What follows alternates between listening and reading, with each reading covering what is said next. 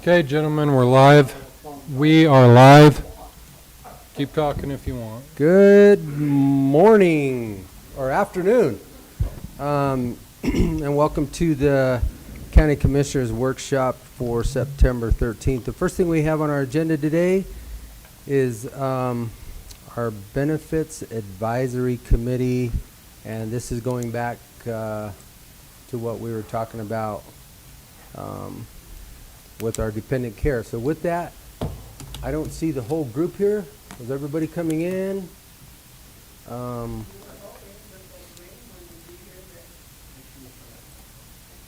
Seemed like it was a pretty big subject, and we're working on it with you all, so.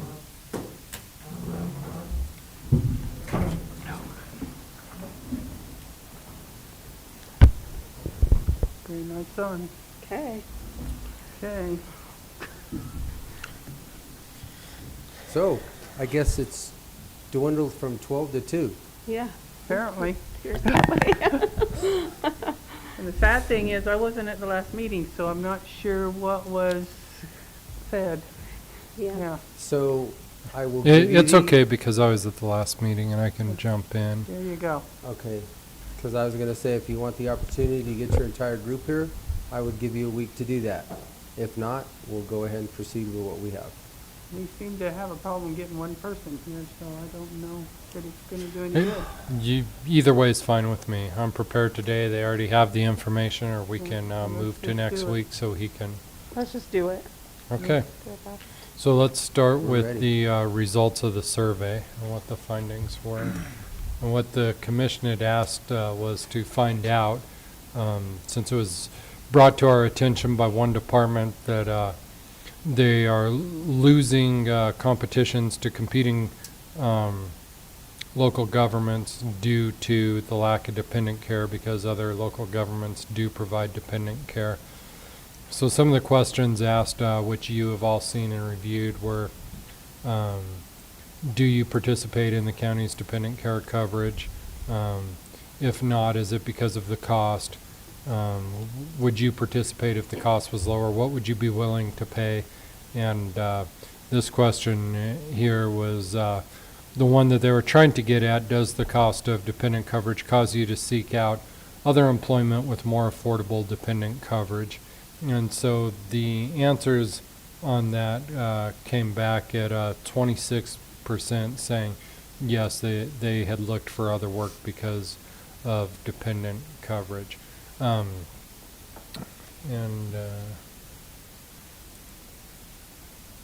we looked at the attrition rate countywide, and you can see the turnovers there. Year to date, we're at 18% turnover. Last year, the average was 20%. So we're right in the same ballpark neighborhood. So it lines up pretty well with the amount saying that they would leave for dependent care and the amount that are actually leaving. Now, I will say out of these offices that are highlighted, the district attorney and the sheriff's office, Billy and I do not do exit interviews for those departments. They're under different elected officials. But we do exit interviews for departments that are underneath the Board of County Commissioners. And from our exit interviews, we've not seen dependent care being a reason for leaving. So the commission had asked at that time, since the sheriff's office was specifically asking about it, could we do dependent care just for their office to help with the attrition rate? And according to the IRS non-discrimination testing, going through that with our broker benefits health advisor, it does not appear that we could offer it legally to just one department and not others. So what the, well, do you want to present what the ask was for the 25% a year, Laura? Well, it Since would. that's not my role today. You will have to pull that mic and turn it on. Okay, I think it's on. Well, I'm I'm trying to understand what he was asking because I actually missed the other two meetings and made that meeting and was trying to play catch up. So my understanding is they would like the commissioners or the county to cover part of the dependent care for a certain amount of time.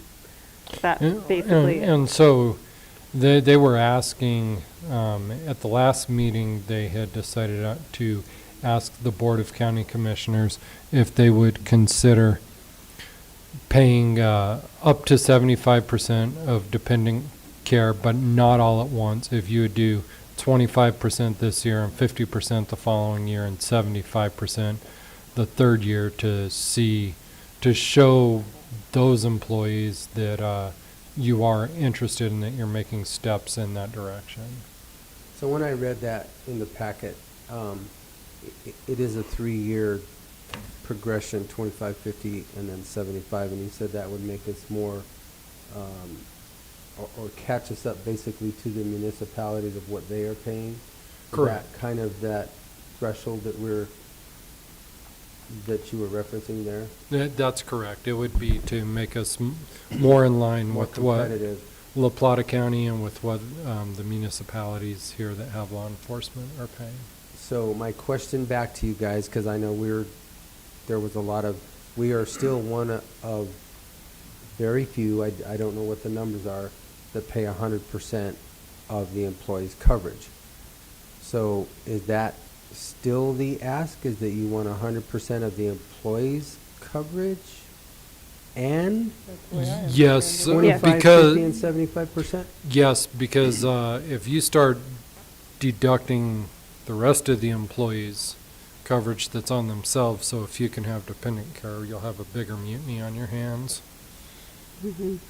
Well, that's why I'm asking, because it's, Yeah. I mean, Yes, essentially that is it. Yes, they would like to have their cake and eat it too. Yes. cake and eat it too? Yeah, Mhm. Well, and I think a lot of that is, again, focused towards that department and their attrition rate. I know, we're up there too in the higher turnaround, but ours generally is pay and responsibility. So people leave because they can get better pay and less responsibility somewhere else. That's what I hear consistently. Well, that's pretty much from looking at that, the data right there, 73 to 74% compared to 23 or 24%. That tells me that's exactly what they're doing. They're not necessarily leaving because of the insurance. It's for another reason. For So, other reasons. But I Is it- do respect their view, I know do. that we might, maybe in our department might have 2 people that take advantage of that. So then again, to turn around and So ask. what would the 25% cost the county shack based on that number? However, it could go up because it has to be offered to everybody. It could be everybody. It would be basically 2,500 per person that took advantage of it, but we don't know how many people would take advantage of it. Well, we're paying more than more people would take advantage. Correct. Yeah, we're paying, I think we have 25 to 30 employees that actually use dependent coverage. And Out of what are they 230 or 223. What are they paying now? Is it like a spouse? So like 2 people? Well, it's Or- employee only, employee plus 1 dependent, and employee family are the rates. The cheapest rate is the $2,500 deductible, which is for one person to add to yours is $443. That's much? the cheapest, $443 a month. To add one, One dependent. whether it's, And that's the high deductible, $2,500 deductible. Then it goes up from there. I think the most expensive is 1,000 and something. so is it that much for every dependent? No, that's No. like for one person, one employee, if they add one dependent. If they add a family, which is 2 dependents or more, it's Right. 600 and something. 686 or something? Yeah, Yeah. 686 a month to Plus add the it. $2,500 deductible. That's the $2,500 deductible. So they'd be getting insurance coverage for their entire family for 600 and, 660 something. Six- yeah. If they 60. chose the If they 25. chose the 2,500, yeah. Yeah. One So- of the other plans is much higher. Which would, to me, would also mean that if the commission decided to do this, they would have to decide what plan they would Right. carry for the employee. But So- basically, you're looking at 2,500 per employee that chose it, and with 35 employees, you're looking at 73,500. So you can assume a few more, so, I mean, you'd be looking at probably no less than 100,000. So you're, okay, so repeat that again? Let me make sure I heard that right. So you're looking at 2,500 per employee that chose to how do you- use That it. chose use dependent. Per employee that chose to use it. Okay. And then you go 35 employees, you're at $73,000. So you're probably looking in the neighborhood of 100,000 once extra people start putting their employees on there. Dependents, if they can afford it. Or their dependents, yeah. The other thing you have to balance against that when you're considering this is, for some of these departments, what are you paying to train a new employee? No, What are you paying to hire, I train? definitely understand that. I mean, So there's there's there's two a sides of that cost. equation. a cost there that's pretty substantial to us as a county. Well, and the biggest problem with, even if it's only $400 a month with a $2,500 deductible, you're still paying out $11,300 out of pocket before you ever even Yeah, get to because your use it. deductible is gonna be 5,000 if you have a family added. And actually, the high So it's deductible 5,000, is so it's 6,800 or 12,300. something, yeah. Then, Yeah. Or the that out-of-pocket. that you have to out of 6,800. pocket before Yeah, you you even gotta get a meet chance the to use it. deductible on each person. Yeah. Yeah, the deductible plus the $400 and some a month, that's. I mean, at some Yeah. point, It I know becomes- there's a federal mandate that we have to buy insurance because we have more than 50 employees. But at some point, with the increases we see every year, it might make sense to just hire a doctor with admitting privileges instead. What, have we ever looked into the idea, I know where I left, we were self-insured. We are did not. partially self-insured right now. So how does that benefit us and just have a provider that does the administration part of it? So What, the very short end of how it benefits us is when our payouts come in less than our premiums, the extra money goes back into a pool for us. Is kind of the very oversimplified view of how it benefits us. Billy, do you have an idea how much we paid out in claims last year? How much was paid out? We've Jake got did give that, us that information. Well, he didn't. You have it, Jack? I don't have it handy, but I do have it. It just depends on what's going Yeah, it on. depends We on had the one year. year that just, that one That one, accident just killed us, yeah. So, Yeah, last year would certainly not be an Get a average. couple of cancer claims and you're Mhm. through the roof. yeah, we have a cancer claim this year for sure, that I know of.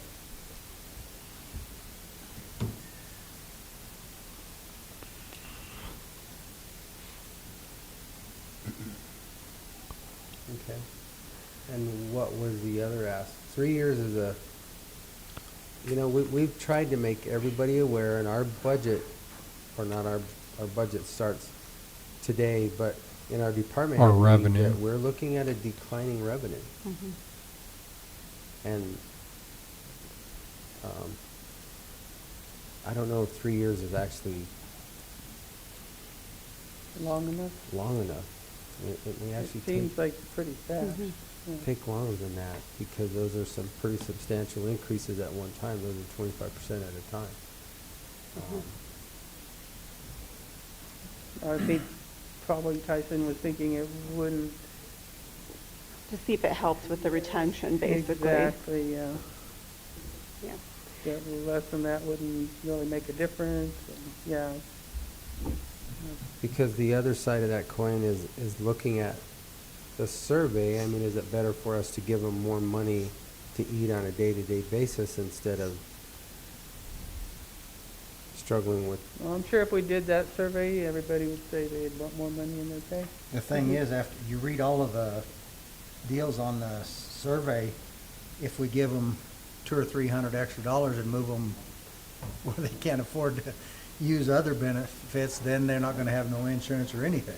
So it's either gotta be a substantial amount or, Okay, Yeah. so We may bump them into different tax brackets. let me ask you a question. So this one-time ARPA money, we can use this for our employees the way I read that, correct?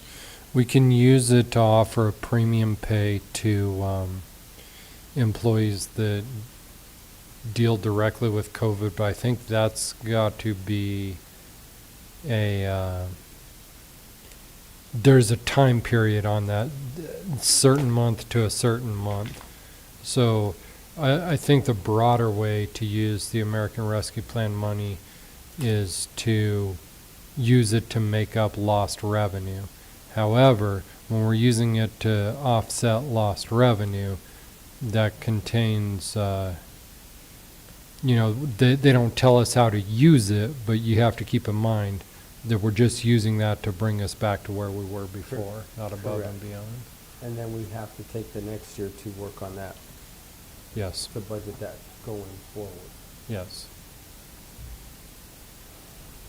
So right now, we're looking at $100,000 increase potentially for these 25.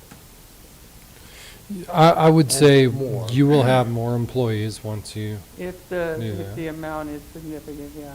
the first year Otherwise, at probably 25%, won't have probably too many not more. too many, but at 50% and then 75%, Mhm. yes. Yeah. so you're looking at 100,000 and then 130,000, but rates are going up, so 150,000. So So, it's and it's in perpetuity. But again, the offsetting side to that is how What do much do we- you spend, training and replacing Training new, yeah. employees? So it's a balancing act. So if we are offering 25%, we'll say the number is 660, right, for family? How much do you spend? So you could, by the time rates go up, you could plan 700. The math will be easier than 660.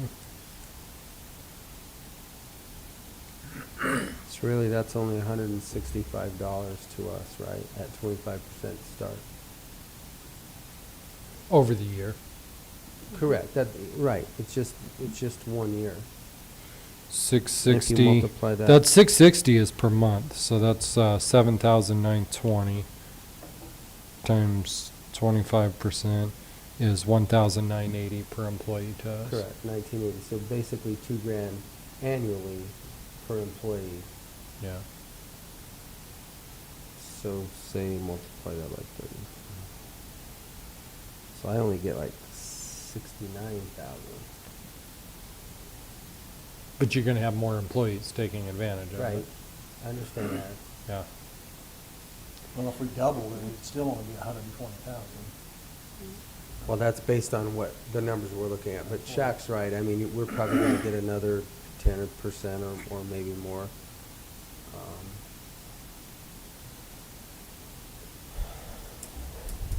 And then I have, of course, had to bring up the fact that, so my coworker is basically going to be getting a $2,000 a year increase in, in support, basically, and then there's ones that don't have that, don't need that.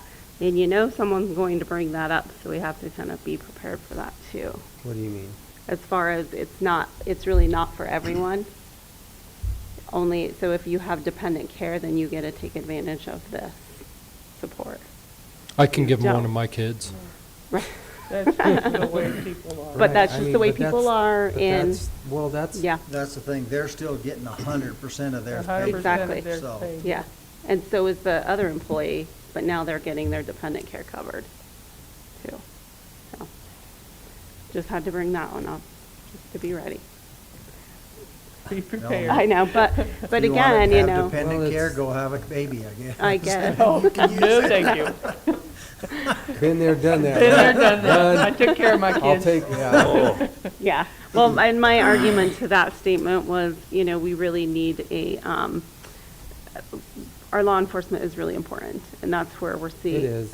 And Supposedly that's, seeing and that. that's the other thing where So. we're losing them, we're training them, and it's a huge dollar value to Yeah. lose trained personnel, so The offset on the trade-off there we'll be making money I think, if we can I retain think them. eventually, I just don't know if we Absolutely. can do it in 3 years.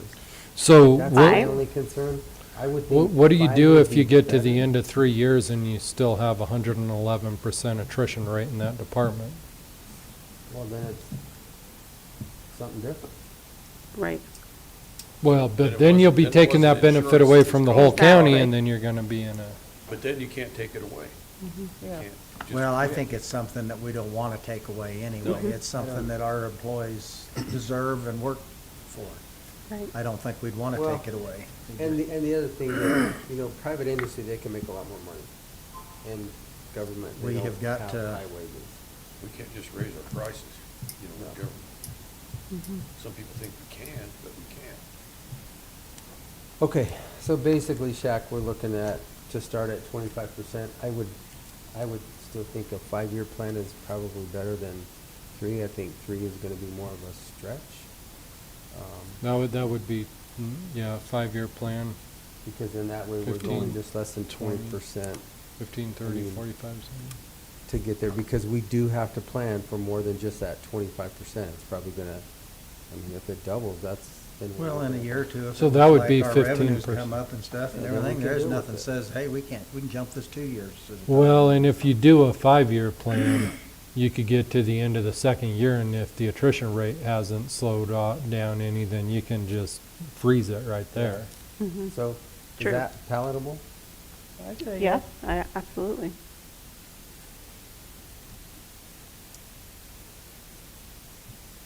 So now everybody's gonna go back and have to change the benefits portion of their budgets they're getting ready to present. So, 5 years to get to 75% for dependent care. Yeah, that would be 15% a year, Commissioner. No, okay, I'm just writing it down so I remember what was said. I'm here to help. Okay, kids.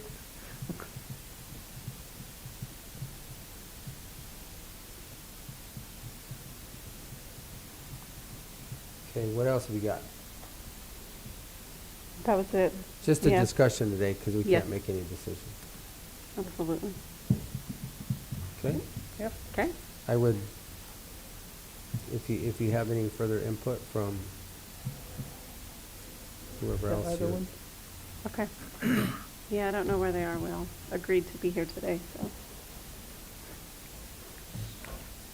Yeah, they picked today, not me. Yep. Thank you. Okay, Thank you, guys. Thank you.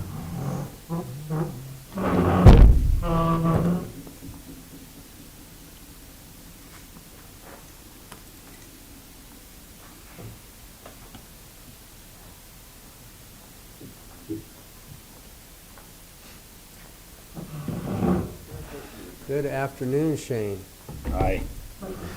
How are you this wonderful day? Great. How are you? Great. Good. I think, Andrew, are you on with us? I see you. I'm here. Thank you for having me again. All right.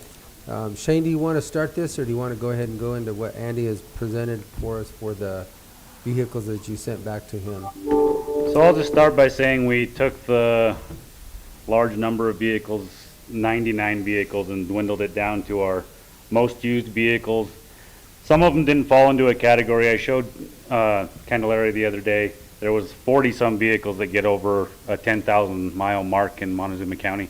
Not all those work. Some of them are MOCO. Some of them are social services. Social services is an 80-20 split. MOCO is full state funded.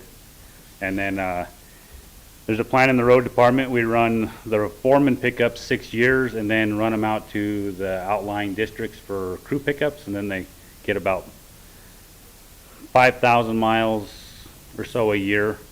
They're important when they need them, but about 5,000 miles a year on those units, so they can still put out their 15-year, 150,000 mile. projection that we had originally started with, so that's where his new numbers will be on 27 total, 24 SO sheriff's office vehicles, Rob's pickup for the road department, which the coroner and the emergency manager, those are the highest used vehicles currently in the fleet. That's it.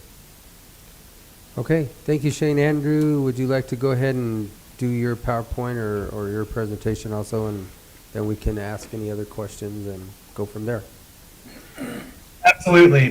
Thanks, everybody, for having me back again. Do appreciate this time and the opportunity very much.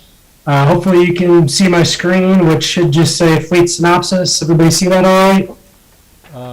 Not yet. Not yet. No, we got the wrong screen. Nope, Let's try. it came up and then it went away. Maybe our end's just a little slow. Let me try it one more time and we'll let There it. we All right, sounds good. So Shane was kind enough to give me the information, and we spent some good amount of time putting together a plan that we feel is going to be very attractive to the county.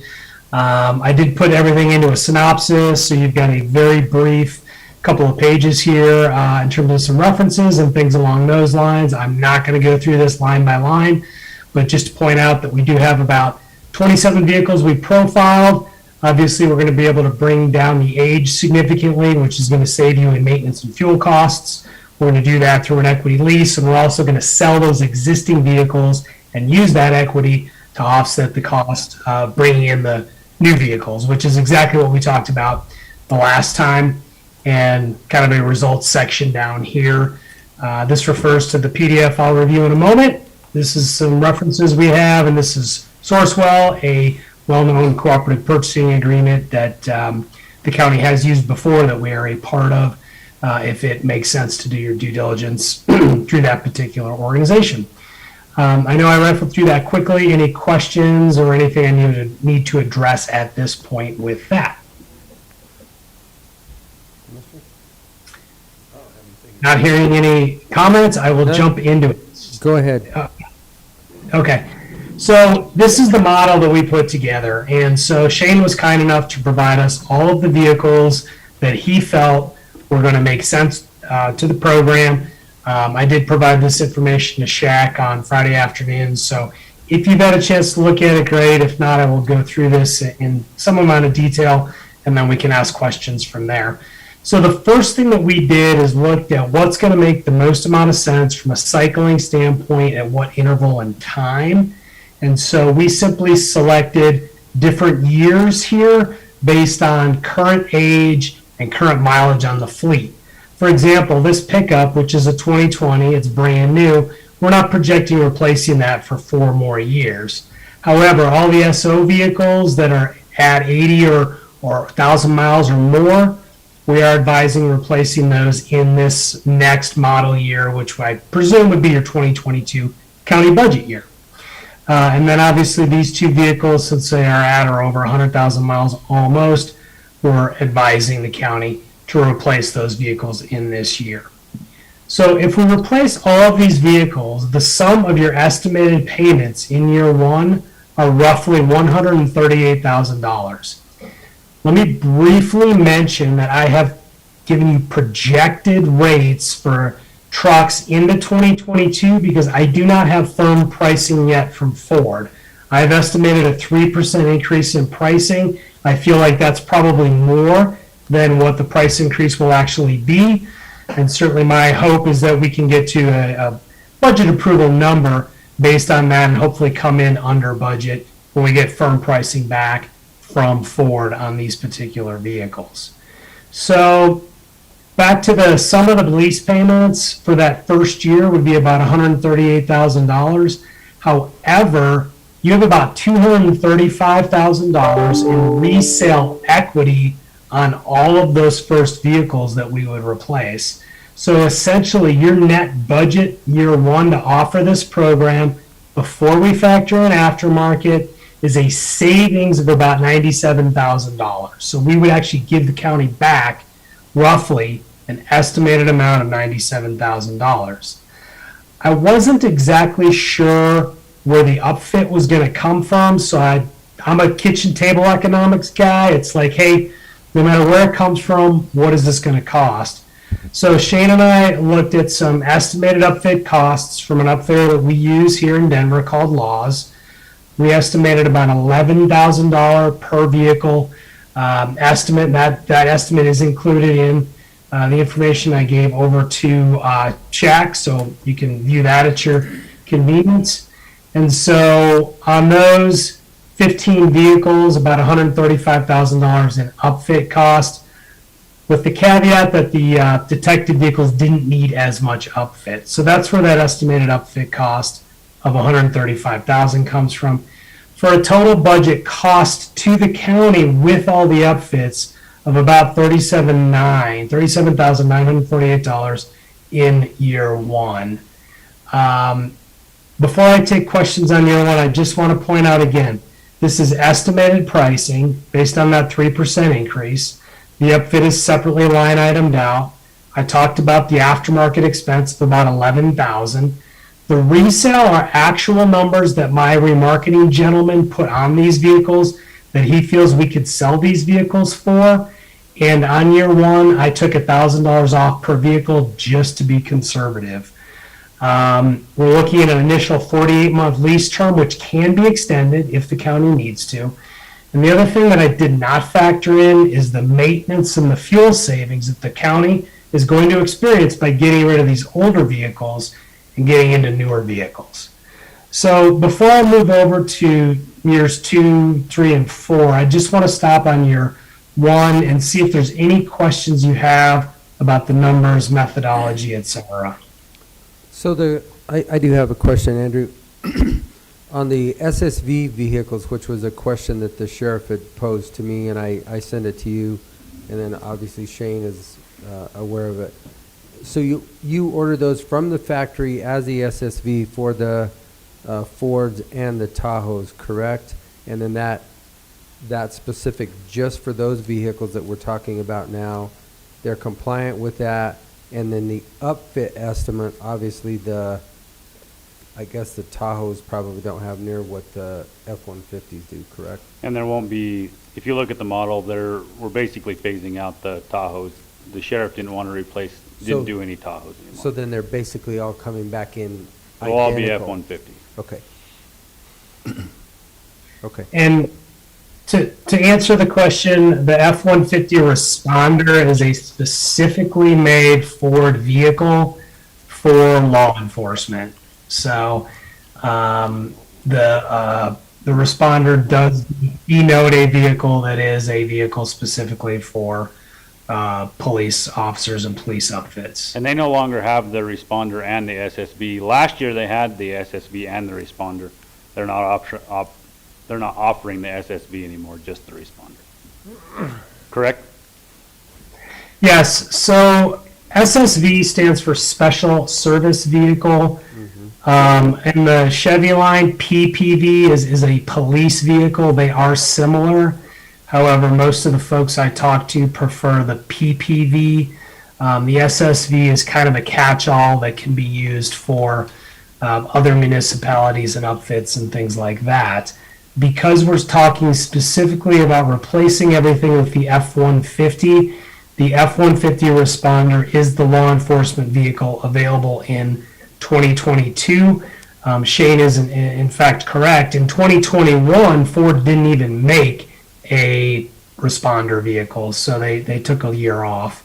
So 2022 would be all of the F-150 Responders specifically for the SO, and that is denoted in this column. And then of course your non-sheriff vehicles are just going to be standard half-ton type trucks. Correct. Yeah, just okay. Yep. All right, that's all I have right now, Andrew. And to answer the other question, we do factor order direct. Before we would order anything, I would want to work with the sheriff and Shane to ensure that the specifications on these vehicles are exactly what you want. I can order any combination of different options, and so We would want to get you to sign off on those, to agree to them, to feel good about those particular options. And I think I saw in an email chain, the sheriff does have some options from old vehicles that have been obtained that we can certainly match up as closely as possible to the 2022 model year F-150 responder.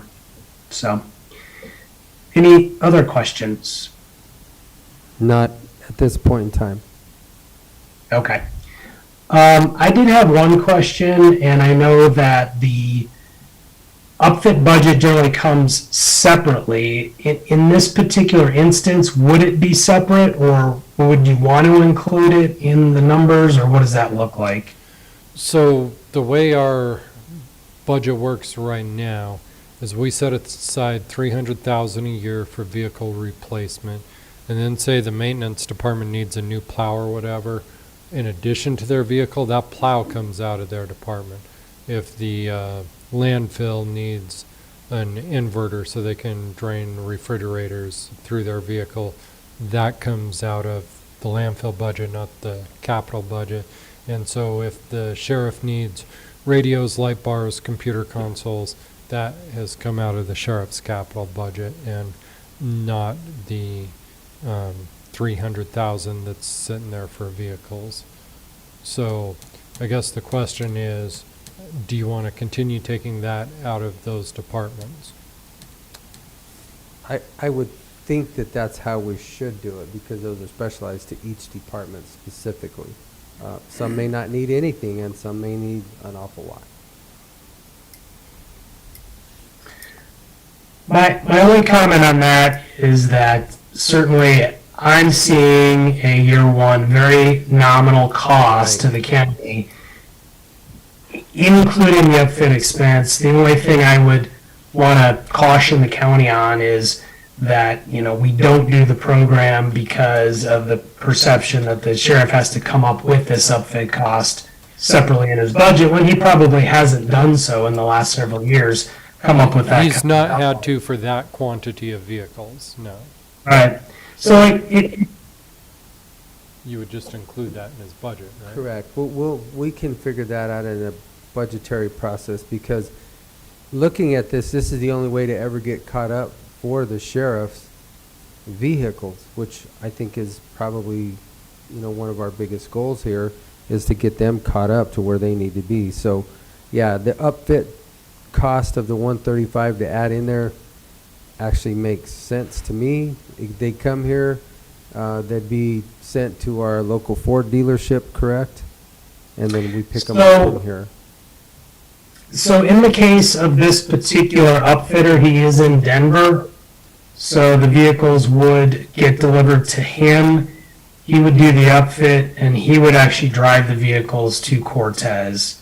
That is a solution. There are other solutions out there.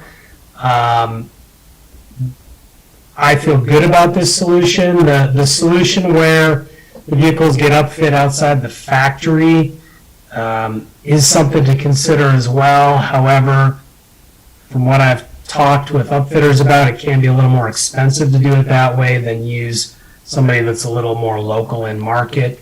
We have used laws with other clients of ours. We feel good about them. We would want the county to feel good about them. But simply the logistics of getting them to Denver would be they would be shipped to Denver and then driven down to Cortez. Okay. The half-ton trucks, I could ship those right into Cortez, no problem. So drawing out the model, looks great year one. Year two, we're going to add in 5 more vehicles. So obviously your lease payments go up year over year. We're still going to have some offset of owned vehicles.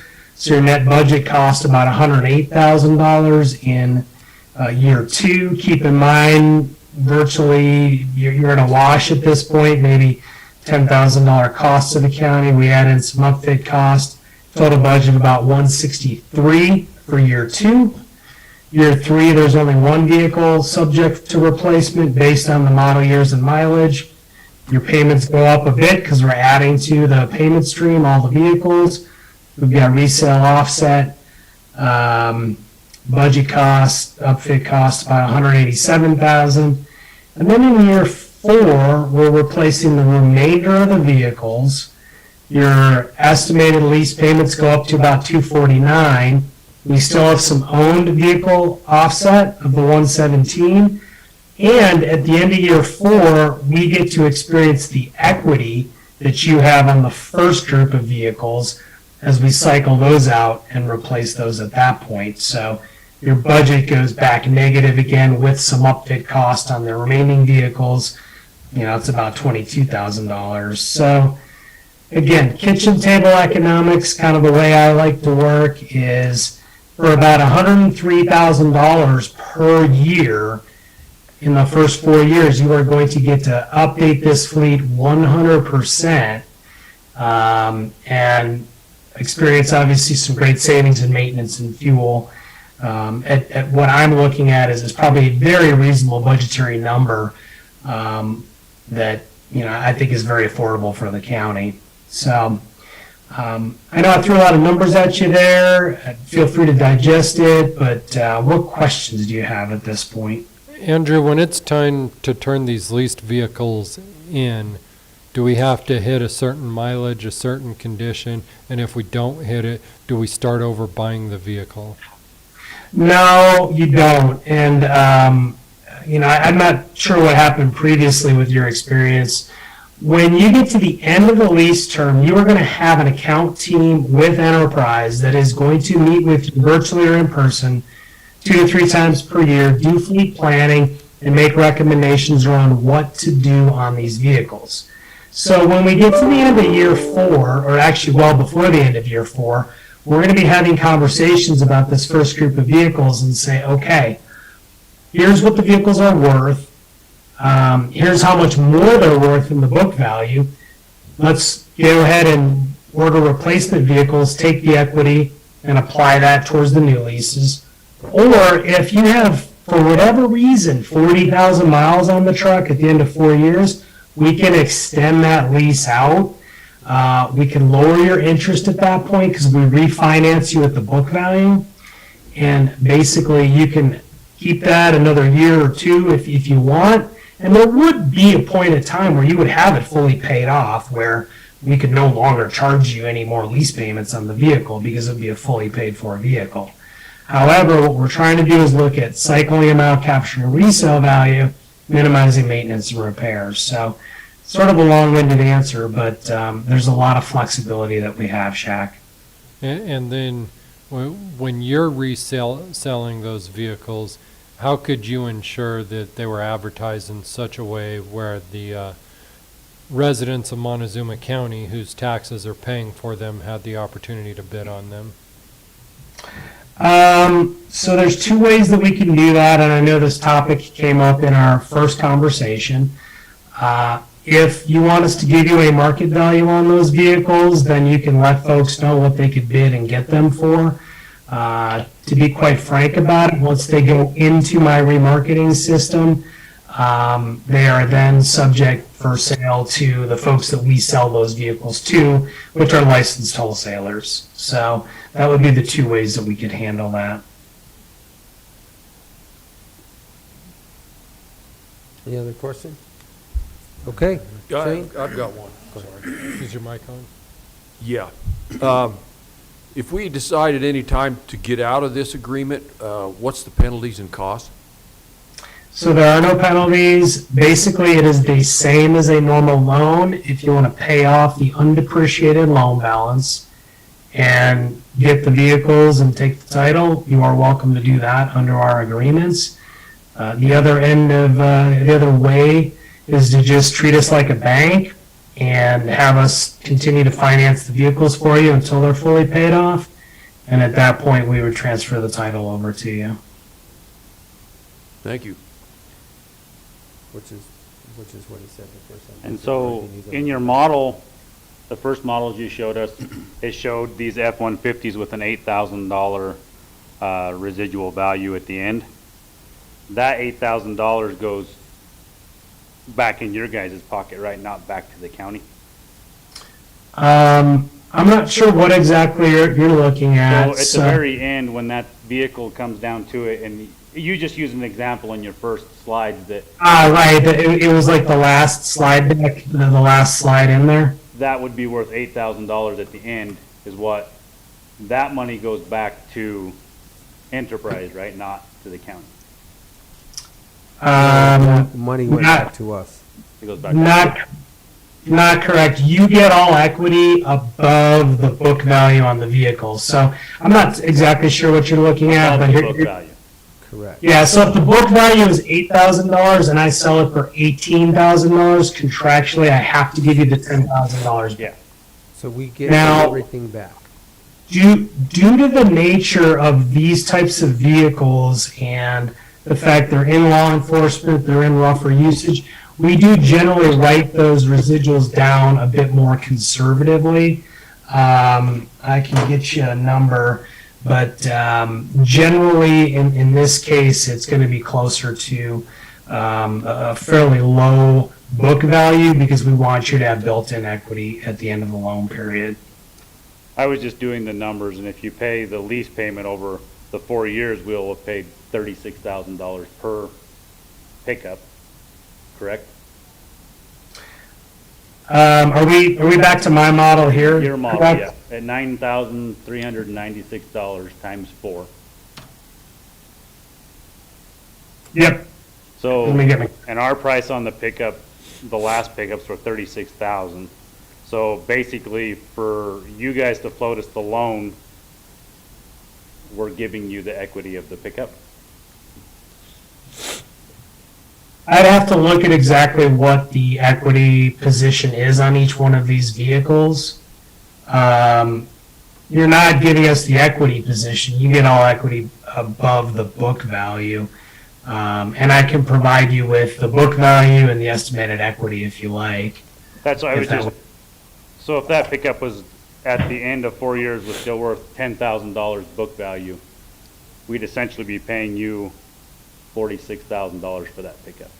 Yeah, but the trucks are not 36,000 anymore. I think the amount on the cap price on these was probably closer to the low 40s for sure. Okay. I just have to pull up that spreadsheet if you don't mind. Because obviously I am working with what I'm assuming to be at least a 3% increase over what we saw these vehicles cost, within the last couple of years. And then, yeah, to put the numbers around it, the book value is about $8,300 at the end of the 4 years. Okay. We feel we could sell for about $18,000, giving you a net equity position of about $9,600 per vehicle on the F-150 estimated pricing for 2022 on those responders. I was just trying to figure out. That is, I know that you is an guys isn't doing this for free, so I was trying to figure out where you guys are making the money. that's a fair question. I mean, just like a dealership, we make a little bit of money on the vehicle, we make some money on the interest. What we like to talk about is the fact that with our resale value, our purchasing power, our ability to better manage this, it's going to be a net savings to the county anyway, even with our profit that's built in there. I will also point out that that is all subject to the Sourcewell agreement, which is what we've used for other counties like Uray and Park and these other counties that we've worked with most recently. Okay. And so one thing the commissioner should be aware of looking at this spreadsheet, when you look at 22, 23, 24, the estimate lease payments is the number that has to be reflected in the budget. So in 22, it would be the 138,348 as an expenditure, not the negative 97,052. Correct. So basically, next year, most of the vehicle replacement budget would go to starting this lease until we got any residual back, but that's not, I mean, there's nothing guaranteed about any of that. It would be the 138 for 2022. plus the $135,000 upfit. Or we're adding that to the sheriff's. Well, a lot of that's gonna come, we can take out of the LEA fund. I mean, there's a lot of other areas in there that I The believe LEA sheriff is fund- not here. He can purchase vehicles and or equipment, the way I understand it. So a lot of those upcharges that he is using now to upfit, or the term that you used, that's where he's getting that money. And because there's always a transfer of a radio, a light bar, God, I don't know, there's actually quite a bit of And stuff. he's used to around a $40,000 upfit cost per year. I mean, that's what the sheriff is used to on our 3 units per year. And that's, So, it's not going down, I would imagine, but No, that it's not stuff going all down. has to be in there. So, right, so we're looking at, out of the capital, what we're looking at would be the 138. The upfit Yes. down below yeah. is what he's used to doing to get them outfitted.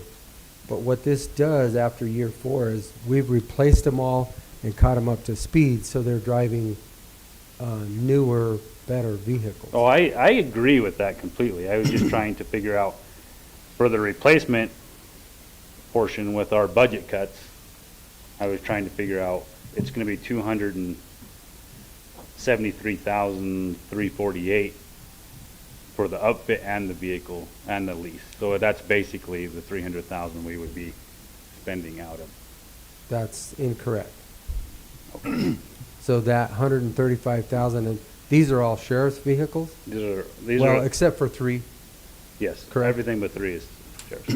So those would come out of, would have to look at the funds for the sheriff. I wish the sheriff was here, but I'm pretty comfortable to say that that's going to come out of some of those different budgets that he has for that estimated upfit cost. Well, I mean, the only place the capital fund has to get money is the general fund. Correct. And that's why we the general fund is paying for both of these. Ultimately, the amount to the county is still $273,000.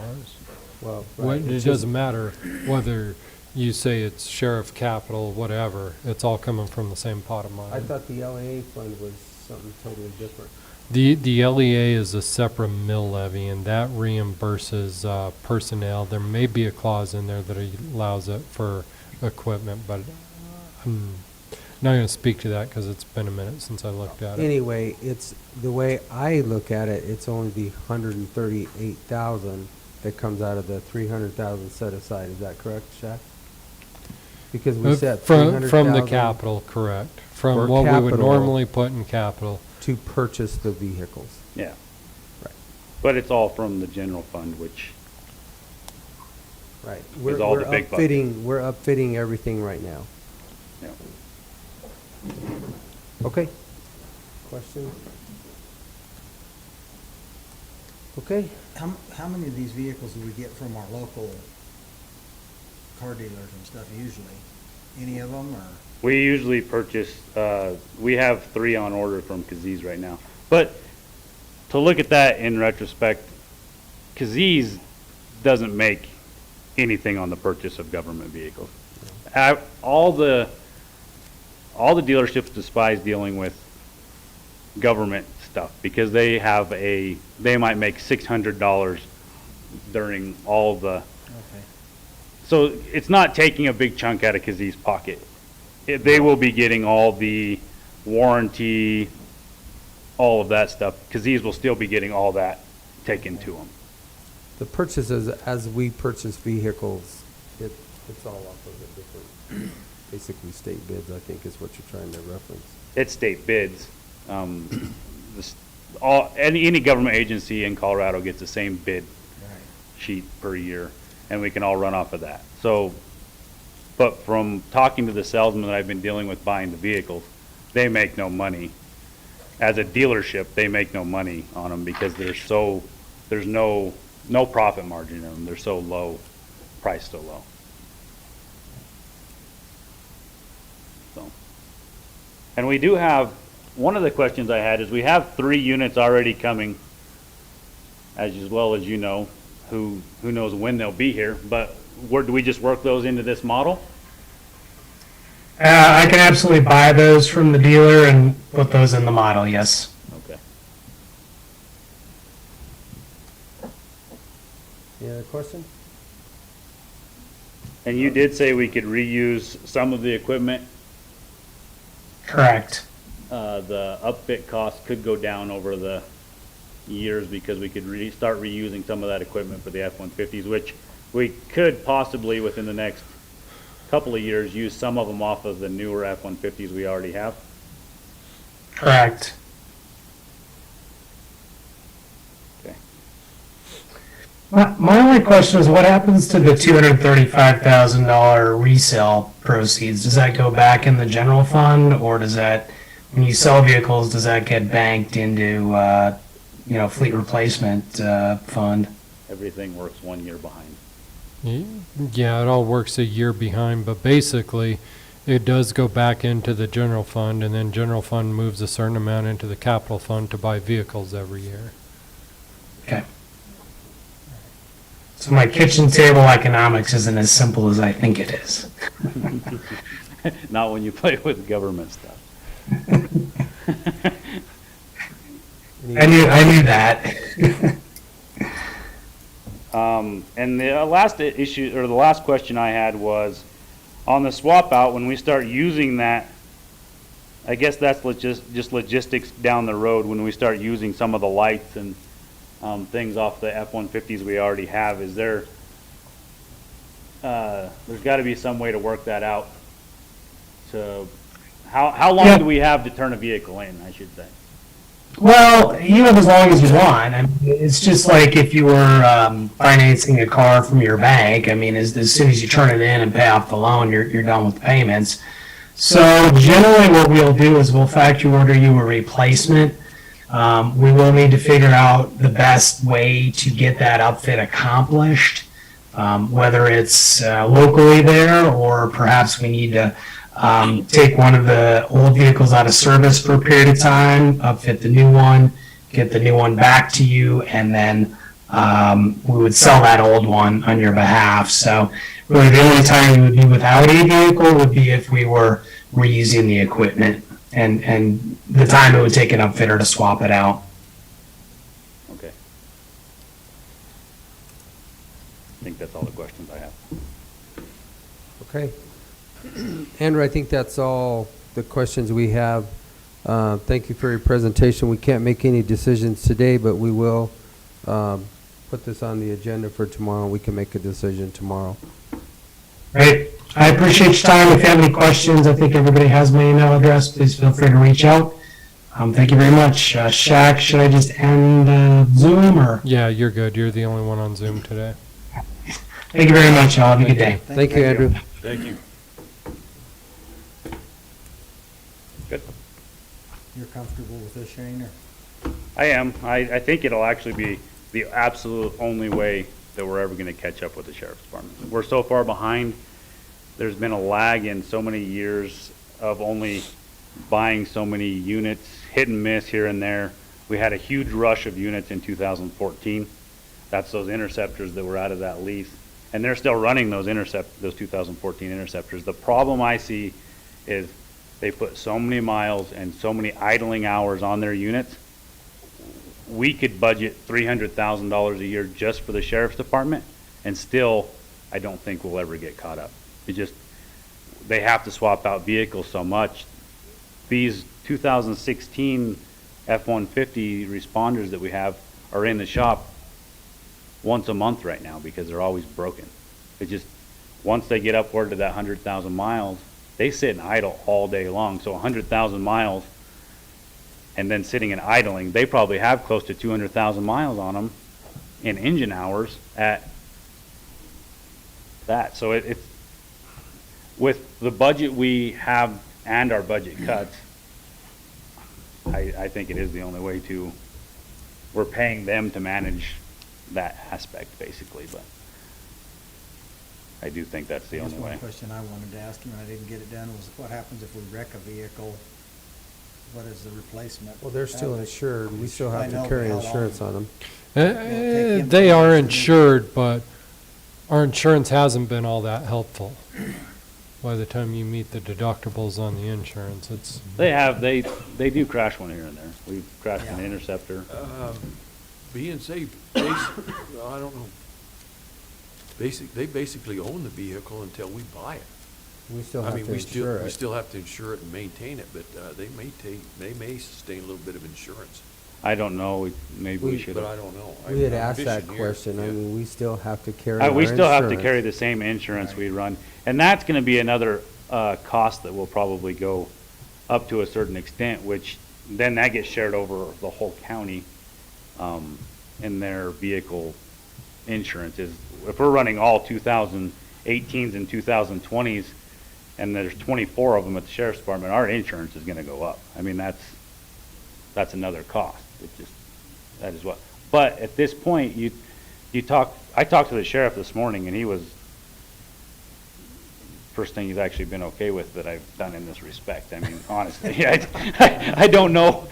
He's just happy to get new vehicles because his patrol, right now, their vehicles are just, I don't see any way out of it. We're just in a really deep hole, and I I don't know. had talked to the sheriff also, and this had been a while back, but I made the suggestion, the feller that had the RV, that they used the tax strips on in front of the Baymont and never got him shut down till way out at County Road 21. We follow him through Department of Corrections and keep him as a driver trainer when he gets out. Yeah, I don't know. That's, the sheriff, that's my hardest part. All the rest of the vehicles, there's still gonna be 70-some vehicles we're gonna have to replace, but I don't see, in the normal usage, not sheriff's patrol usage, but normal usage, I don't see our original plan of the 15-year, 150,000 mile not working for those vehicles. But when we first made that plan, I saw it working for the sheriff's department, but I had just barely got into this. And now, after seeing years of the sheriff's department usage, that just doesn't work with the patrol unit. They have to get in lower mileage units.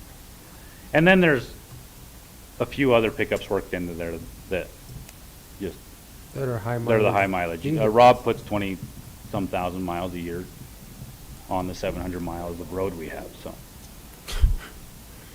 So it's a way to tailor our program to try and fit our needs. It's not everything, but it's maybe And there's a way to really no start way and to get know if out of the hole. that number will be there. You'll get money for your vehicles. It may not be the $235,000 that he proposes, but it may be 150. But at least without doing the whole Montezuma County fleet, it's a number we can work with. Those other numbers, the whole fleet, it was always bumping up against at least what we budget a year now, plus some. They're just, I didn't see us being able to work with that, but this I can see working with. Anything else? Actually, when I talked to the sheriff, I asked if he would also call the El Paso County Sheriff, because they've done this for several years, apparently, from his presentation, and he said he would, and he seemed comfortable with the whole situation. Yeah, I talked to him this morning, and he was just okay with them coming set up, ready to go, and being able to hit the road when they get here. They'll still have to have a small amount of upfit once they get here with our radios and things like that, but nothing like we have had to. Get them shipped here and then take them to Aztec and piece them together, so. Seems like a much more efficient way of doing it. Okay, we'll make a decision tomorrow. Thank you, sir. Thank you, Shane. Thank you, Shane. Oh, you're not going anywhere. I guess we'll let Don go first. Sorry. We'll give you a break. Go take a break. Go get some water. Margarita. Good afternoon. Good morning. Good afternoon.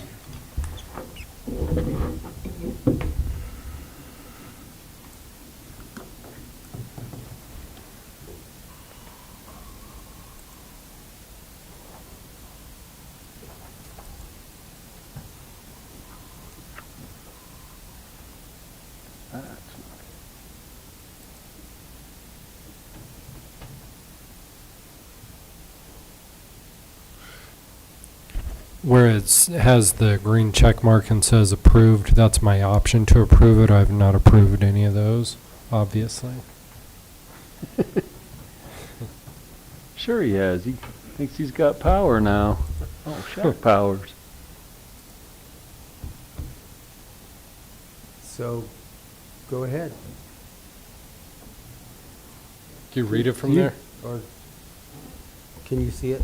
Yeah, I can see it. Yeah, the first line item is expected revenue. And so, You want to explain the column, Shaq?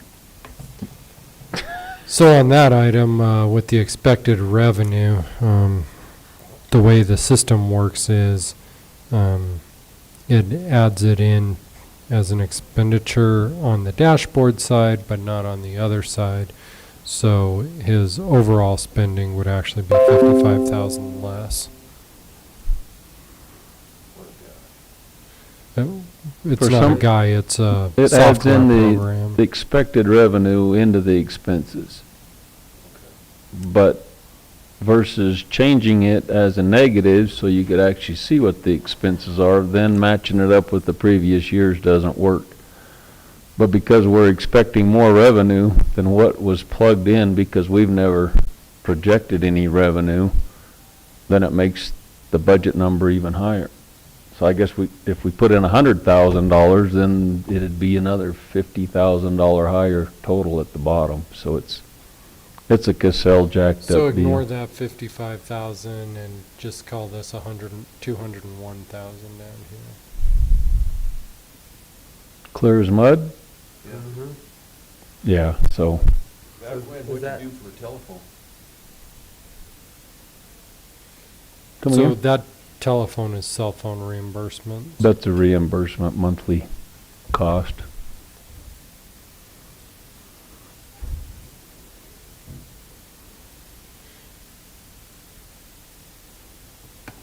So they had wanted to go through salaries right there, what it had, what it Right. was previously and what it would be,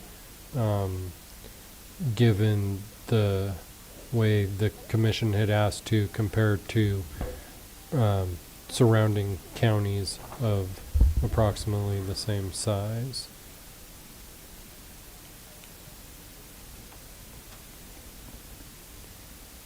So that's the difference, or that's where it would round up? That's what it would be for next year. That's what it would So be the for next 86 year. plus the 42. or Correct. 87. So that's going up 129. from, that's going up from 94 to 129, if you look across the 1120.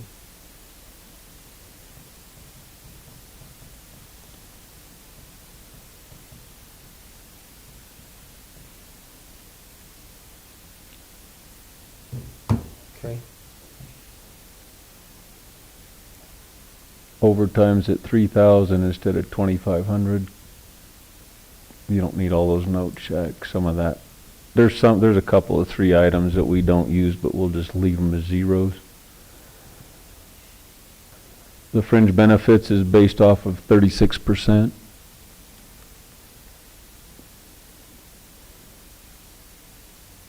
Operating expenses went down because we broke out our copier lease. It is now down in the maintenance contracts of $4,500. So the total's the same 11,000 we had for operating. We just broke the copier out separate so it's more in line with what other departments are doing. That was leased in 2018.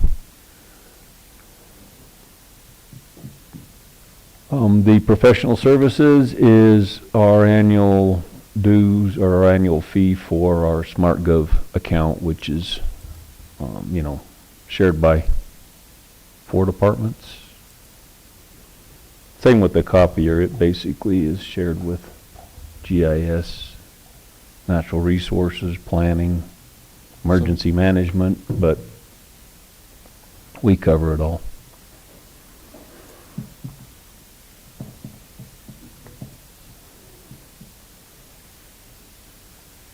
And the reason you don't see a number under addressing that was there in previous years, just so the new commissioners knows, is that task has switched departments a few times, and that's the simple version. And the reimbursement line item shouldn't have any money in there because we collect what we spend. So it should be a pass-through, but Basically zero. Whatever. Yeah, it costs. evens Right. out. Whatever they spend, they collect What a it- reimbursement. and So that's publication fees through the newspaper and then plat review fees through the county surveyor. But yeah, they're all passed through for reimbursement. So we don't budget anything there because we collect what we spend from the applicants. It's just kind of in the previous years, it shows an actual for what was charged to us. It doesn't ever offset it with what we collected, so it's another Cassell item.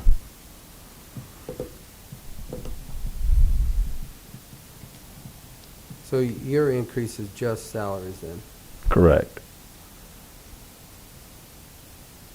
to the $35,000, if we go off of that basis. Correct. Do you have a percentage, Shaq, of what that is? Off the top of your head, did you guys figure that, or? I can do it It real doesn't quick. matter right now.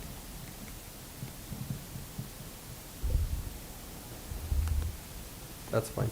I can figure it here in a minute myself. Okay. Okay, question? No. Okay, Good. all right. That's about the shortest I've ever been in here. Well, we can change that. No, we're not doing a variance. You know what? You can sit in the back the rest of the day, sir, and then work late tonight doing what you need to do. can't get it wrong. All right, Jim. Good morning, Commissioners. Afternoon. It's morning Afternoon. to me. I've been up since 3. Sometime of the day. I know. Work. Work.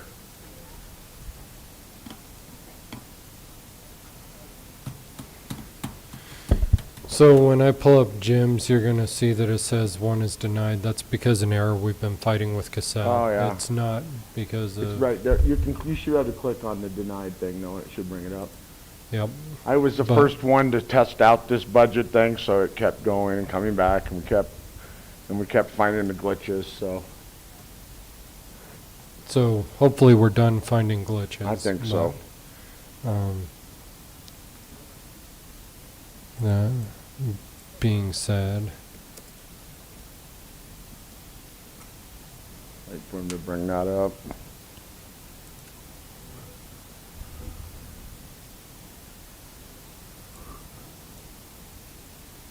While he's bringing that up, I will mention it's something that does not reflect on my budget and never has. But I bring in 40 back in to the general from social services, that's funded by the state side of things. They send it back to us because when we went to option 3, that was the deal I made with the state. When you took over all of their IT services. Okay. Correct. and so you will also, when Ian gets around to presenting his, they also charge money back to social services for the attorney services that the child protection, the assistant attorney, and the paralegal provide. They charge that back to social services too.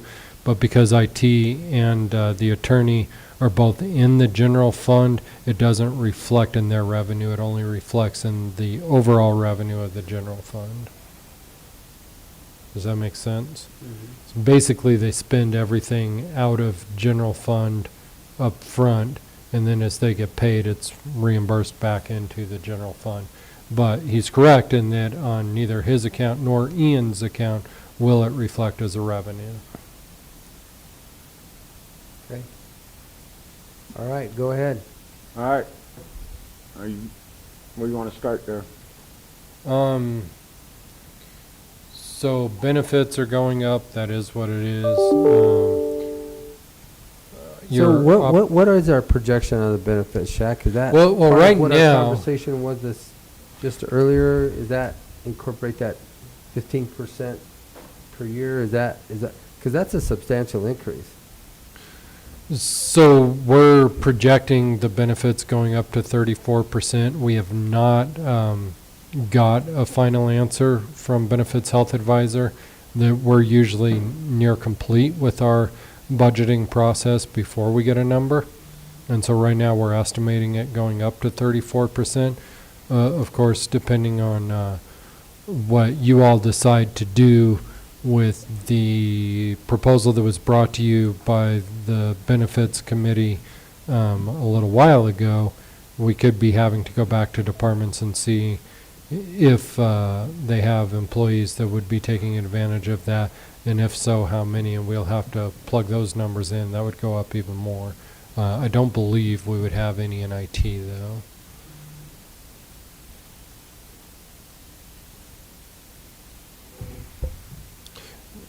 Okay. At some point, it's going to make more sense to hire a doctor than to keep paying the Well, you can't increased hire one insurance doctor and premiums. take care of every need of every person in the county. That's not reasonable. So, I mean, anyway, different discussion. Go ahead, Jim. Okay, so moving on to the next one, which would be my operating, I usually stay right in there somewhere. That just kind of covers generic stuff, really. It's kind of just there. It's always been there since I took over. So I just kind of kept it, and that's where I throw kind of the oddball stuff at for operating. Like, if I have to buy some office supplies or something, that's where I throw it. Usually I just go up and steal pens and paper from these guys. I don't have to, but the maintenance contract, that one's kind of an odd one because, and I do not know why they did this to me. This was a Melissa thing a few years ago, but they broke the maintenance contracts up into two different accounts, and it got real confusing. And part of that was because back in about, I want to say maybe 2014, they were like all of the Tyler technology stuff. That would be your clerk and recorder, your assessor, treasurer software, all that, the Eagle Web stuff. That was all handled individually by the departments, but it was turning chaotic because at that time, the people in charge of those departments were having they weren't getting stuff turned in correctly. There was no rhyme or reason to it. So Melissa decided to put it under me and let me handle the maintenance contracts because it's software related. And that was the decision. And I think originally that's probably why they created two, but it's not necessary. It's just, so that's why I zeroed out the one, and in the note I said just remove this GL account because it's just unnecessary to have two accounts for the same thing. So $100,000 or so of those maintenance contracts is Tyler per year. Just a smidge over $100,000 a year. Support. It's insanity, but it's what it is. And then I also pay for the live scan support too. That's the fingerprint machines. So you're projecting a $10,000 increase for that line? Well, item. okay, I was when I started this budget process, except now I think I'm actually going to be able to bring that down about 20. Is that through the help desk thing? Yes, that's exactly right. Even though, so I'll try to see if I can explain this. The help desk thing was free, always, because we didn't pay for it, but because they're no longer making it. So a big chunk of that I spend on goes to the remote desk software and the antivirus software. That's kind of one little package. And I'm going to be able to do away with that, it looks like. I mean, I'll have to keep the antivirus, but I'll be able to do it separate. So the remote desk type software that we use to manage everything with, that'll go away, and we spend about $2,600 a month on that, and that'll completely go away. And so I'll be able to absorb that back into my regular help desk that I'm doing. And that the help desk that I just got is $9,600 a year versus, what does that work out to? About $38,000 a year for the remote desk stuff. So Okay. that should come down. So it would stay, because what you have budgeted currently is around 130,000, you're projecting 140,000, and you can bring that down maybe 20,000. That's what I think, yeah. So, I think that's very reasonable. I'm fairly confident, and I just don't know if I can do it. It'll probably take me till the end of the first quarter to get that down, by the time I get everything built and configured correctly. okay. So, but yes, I do believe I'll be able to bring that down. Miscellaneous. Miscellaneous, well, I was gonna go less than that, and you made me up it.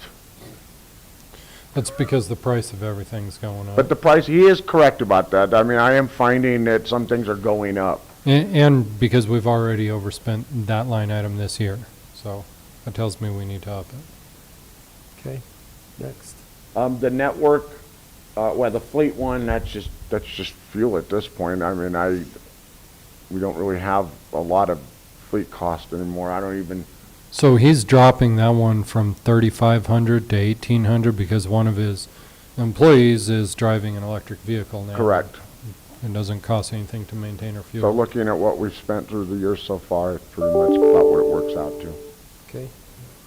As long as I remember to turn my invoices in and Rob doesn't get mad at me. The network fee, that's strictly internet. I'm hoping I can bring that down. I kind of mentioned a couple of times that I'm working on some things, and I can't really elaborate too much yet because I don't know where I'm at.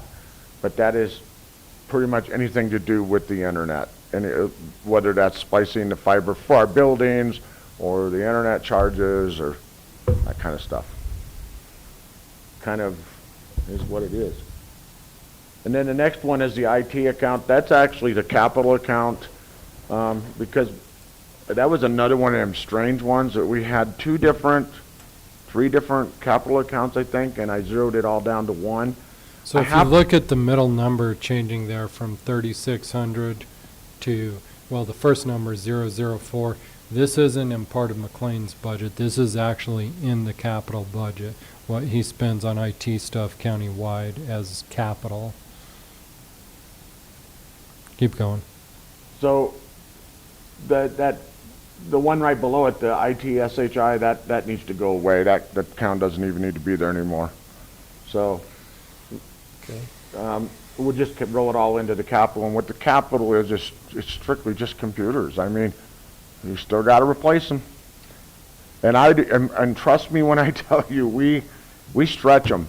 Most places are at minimum on a 3-year turnaround on computers because of the way it is. I have computers that have been running 6-7 years. We suck all the life out of them we can. So, but I have to have enough in there to cover me if somebody's computer goes down. I got to be able to make it happen. So, and the data domain one, which is the bottom one, this will be the last year, and then that'll be paid off. That's just the lease payment. That's our backup stuff. And then we'll own it outright. Okay. And now I guess we need to jump to the big one, huh? The salary one? Yeah, except for that glitch in Cassell hasn't been fixed, so what's in there isn't accurate. I so- understand, but still need Because to. right now what it's showing is only an $8,800 increase. For what, salaries? Well, I'm looking at the overall budget, the totals. Well, yeah, because you're looking at the At the bottom. SHI and some Don't look things at the going on. current, yeah, look at the, If you look at the top from the 220 to 186, that's a lot more than 8,800. correct, Yeah, but if you look at the bottom, where the totals are, yes. it's 8,800. Right, Yes. because we're getting rid of Getting rid of- 60,000. We're getting rid of SHI. quite a bit out of there. But on the salary one, I understand it. Chuck and I negotiated that, and I need to readjust that. But, we need to at least be able to explain to you what my thoughts are so you guys can make your decisions rationally. And really, we looked at all the salaries that we put together on what people make. And what I will say to sell it is we're doing a lot more with 3 of us than any of these other places are doing with twice the staff or more. You're not going to find very few departments that ever do what we do, which says we don't say no. We do whatever we have to do, regardless if it's an IT or not. I mean, we got to take an aspect of this remodel of this building. I mean, the IT department did most of this. We were here supervising it, making sure it was done. We built walls, we changed out lights, we did whatever we had to do to try to save the money. So we're looking at that number actually being 195, Correct. 457. Correct. Instead of the 220? Correct. Yes. So that would be an increase of 9,400 Yes. across 3 people. I think that's fair. My guys work pretty hard, so I think that's fair. Okay. Question? No. Okay. Good? I can go do some work. You're good. And I will go fix that. Okay. All right, Shane. You get to come back up.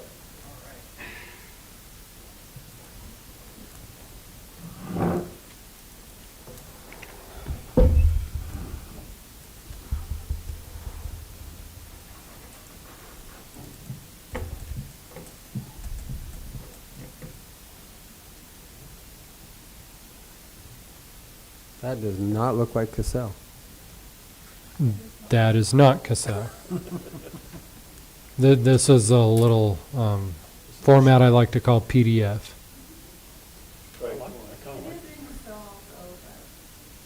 Is it in there right now?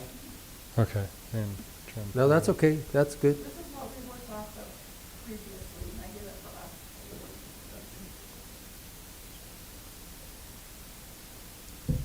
Good Go ahead. with this one? Sure. Okay. I don't know, there's not a lot to present on mine. The budget is what the budget is for fleet. We didn't cut much. For some reason, we put in there the pay increases, but it still went down in the actual budget for salaries for fleet. Somehow we ended up in last year's budget with an excess there, so it's actually going down plus with an increase of wages. No, that's the way to do it. Yeah. Yeah. So that'll be a little less, and we found that with insurance and bonds, all we're paying is our workman's comp premium, so that went down a lot, 19,000. But other than that, this is basically what it costs us to run a year, and it mostly it all comes out in a wash at the end with charging the other departments. Everything's in that realm has still been working decently up to this point in the year. It's looking like we'll be fine this year too. So I'm looking at the fuel costs. You're projected for 2021, or you're budgeted for 2021 was 200,000, Mm-hmm. and your year-to-date, It was over half. which we're not. We're done still with the year, but we're still going to be. We projected at the end to have a $30,000 to $40,000 some money left there, but with the way fuel prices have been going up, so you want to leave? we're leaving it the pad there. 200,000. We may not use it, but we're leaving the pad there for the fuel increases that are $5 a coming. gallon. Yeah. So, this last year in 2021 and 2020, we didn't use the vehicles as much as we are now, are we? No, in 2020, we didn't use the vehicles. There was a really big lull there for 6 to 8 months, which Yeah. they didn't get any miles put on them. They're starting to come up in mileage, but some of the departments I feel like figured out the Zoom, all that stuff, and they're just not not using their vehicles as much as they were. But I don't know.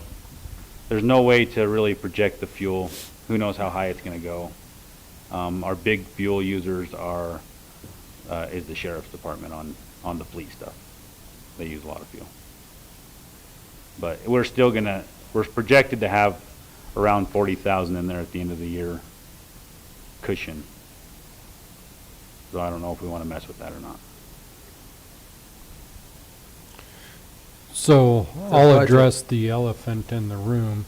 If the sheriff's vehicles, they're the ones you spend the most time repairing.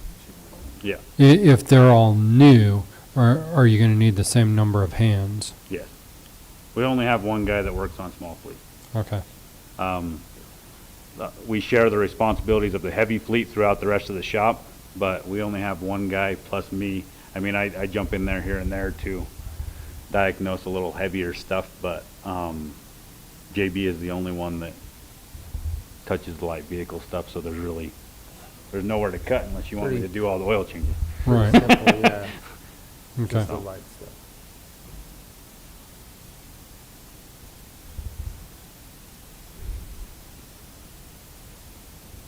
Okay. Question? Sure you don't want to present for the rest of them? Not really. I'm ready to go back to the shop now.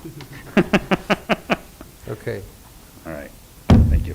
If you need some help changing oil, I might need a job here in a week or so. I've been working 2 or 3 days a week over there changing You oil. got a job.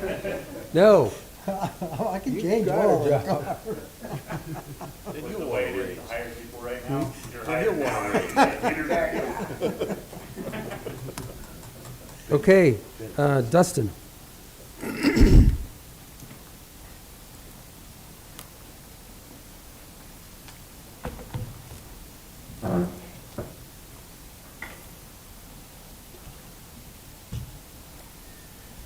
And I just want to say on this one, of course, everything is subject to change depending on what you guys do with maintenance supervisor for the permanent salaries.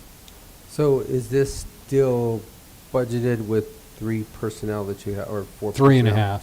Yeah, 3 and a part-time. Okay. So, 3.5. yeah. So that's what this reflects. So should you guys decide to change that, we'll have to adjust that. So this is probably one of the most volatile budgets there are because of personnel. Correct. So, I mean, Okay.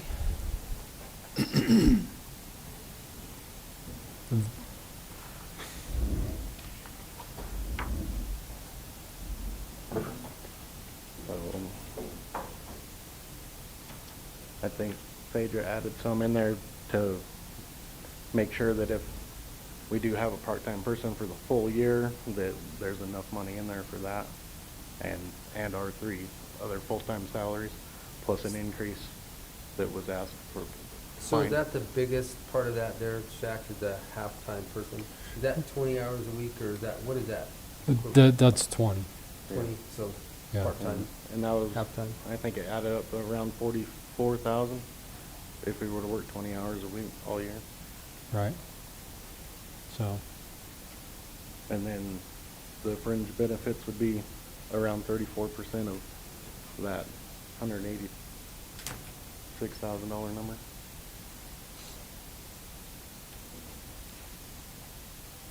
And then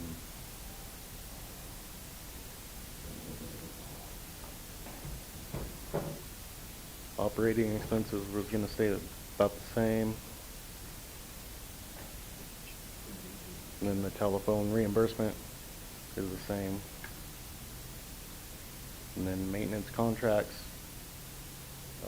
it went down, but we're in the hole on that one this year, so add it back up to 185,000. How, why? What are maintenance contracts, what is that issue? So- What is that for?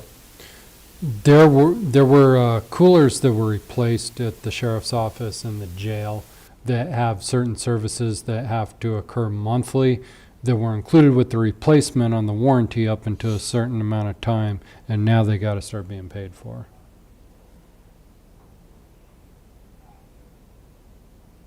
On the water chillers. For the big cooling systems, not for like the drinking water at the back, yeah. Just wanted to make sure everybody out in YouTube land is like, wow, that's a lot of money for water coolers. Yeah, Okay, so go ahead, that's at Dustin. least part of that, maintenance contracts.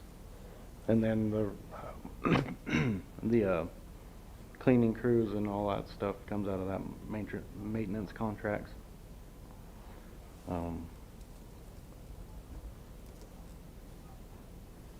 Vehicle maintenance is going up, but I think that's inevitable. And You guys have, your fleet's pretty new also, right? yeah, we have 2 pretty new trucks, and then the ones, I think it's a 2004 or 5, somewhere in there. Maybe it's a 6. So that would be your oldest one. Yeah, So and it's then- gonna be approaching the 15. well, And we have a 2020 and a 20, I think it's about 18, somewhere in there. Okay. And then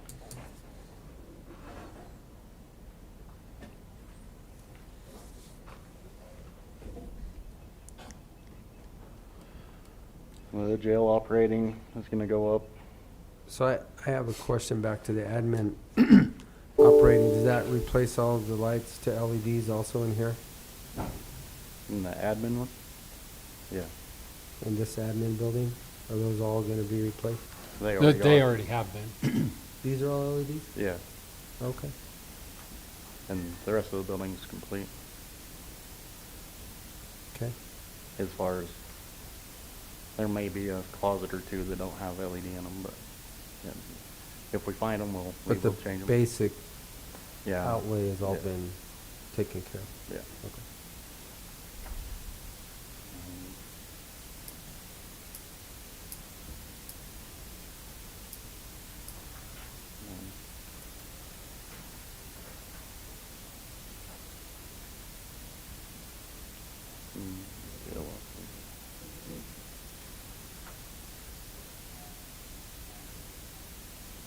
Then utilities are gonna go up a little bit.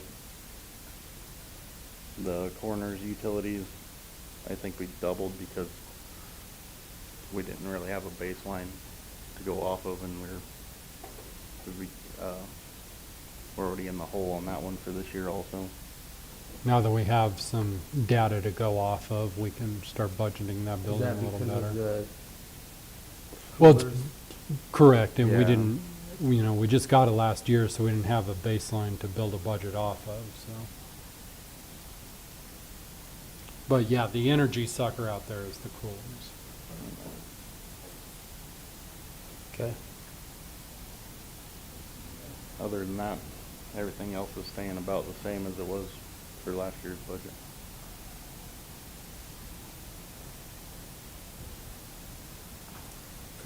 So the biggest add here is the part-time personnel. Correct. Yeah. And then the And the- increase in benefits associated with that, And that contract.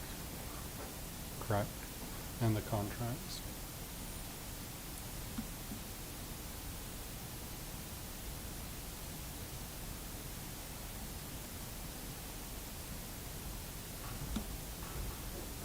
So what was the halftime personnel? Did you put in there, Chuck? 24,000 or something? Roughly, yes. 24 or 44? Yeah, that's what I thought.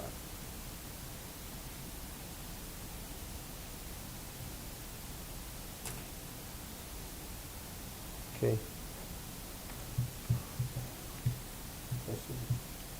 No,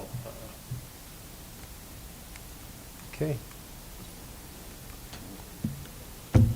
Thank you. that's it. Thank you. Thank you.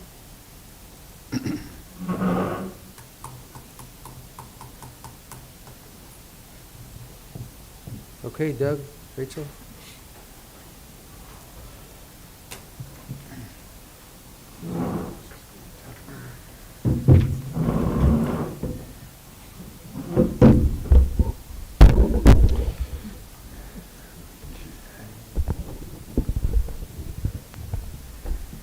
have it up there, Shaq? I do have it up there. Okay.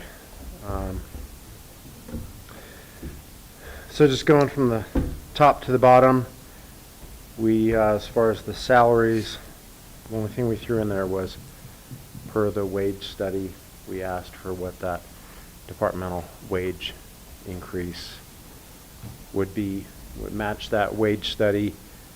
Also tried to distribute that amount for the department amongst our 2 employees, just with the philosophy that we want our we don't want the department heads making so much and then our employees not making livable wages, but also respecting the fact that if there is a time and grade aspect to it and there's a position aspect to it.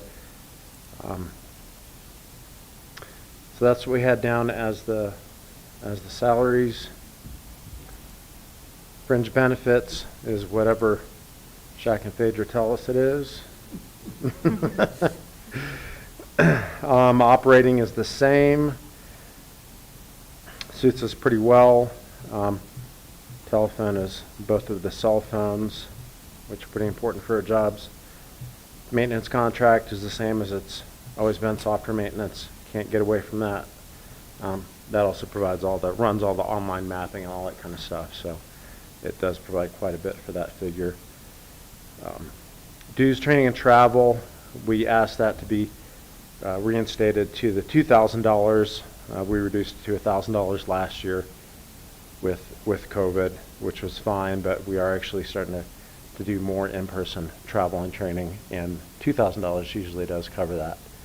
Usually it's travel expenses. We're not doing a lot of paid trainings. Sometimes they're group trainings as part of other conferences, but that covers that cost. And the final item I put in a couple weeks ago, finding out that there was going to be essentially an off-the-shelf imagery that is being collected statewide in Colorado, and that's going to be it's being flown essentially this summer. Supposedly there were some delays with the smoke coming in from California affecting our imagery projects as well. That made it a little bit harder to collect clear imagery. But it's going to be current. It's going to be released in January or February timeline. And the reason I put that in there is we've never done county-wide imagery before because it's been cost prohibitive to the point where I think I've said before it doesn't really make much sense for us to spend over $100,000 on county-wide imagery for a return basis. This is effective. This is affordable imagery because it comes in at essentially a price point of $10.59 per square mile versus $75 per square mile. And so that would allow us, we got a quote a couple years ago to do it, which didn't even include, that cut out a lot of the Forest Service and a lot of it was only the high valued countywide areas.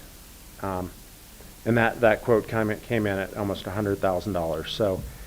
So this price point, I feel like it's worth considering budgeting for that.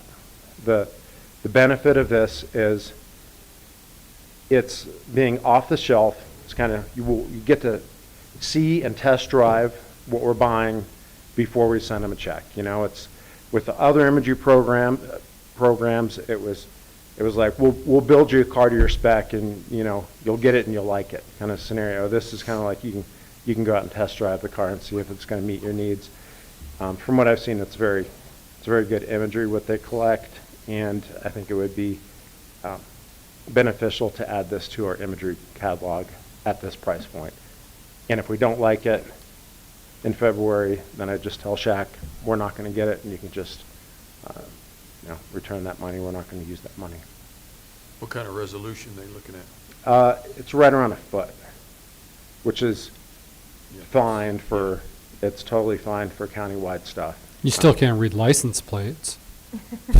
Well, if you have one that's big, you hold it up like this. And so what's the real benefit? You're talking all 2,040 square miles of the county, right? Yeah, and I did say, except, we did not go down south into the Mountain Ute tribe.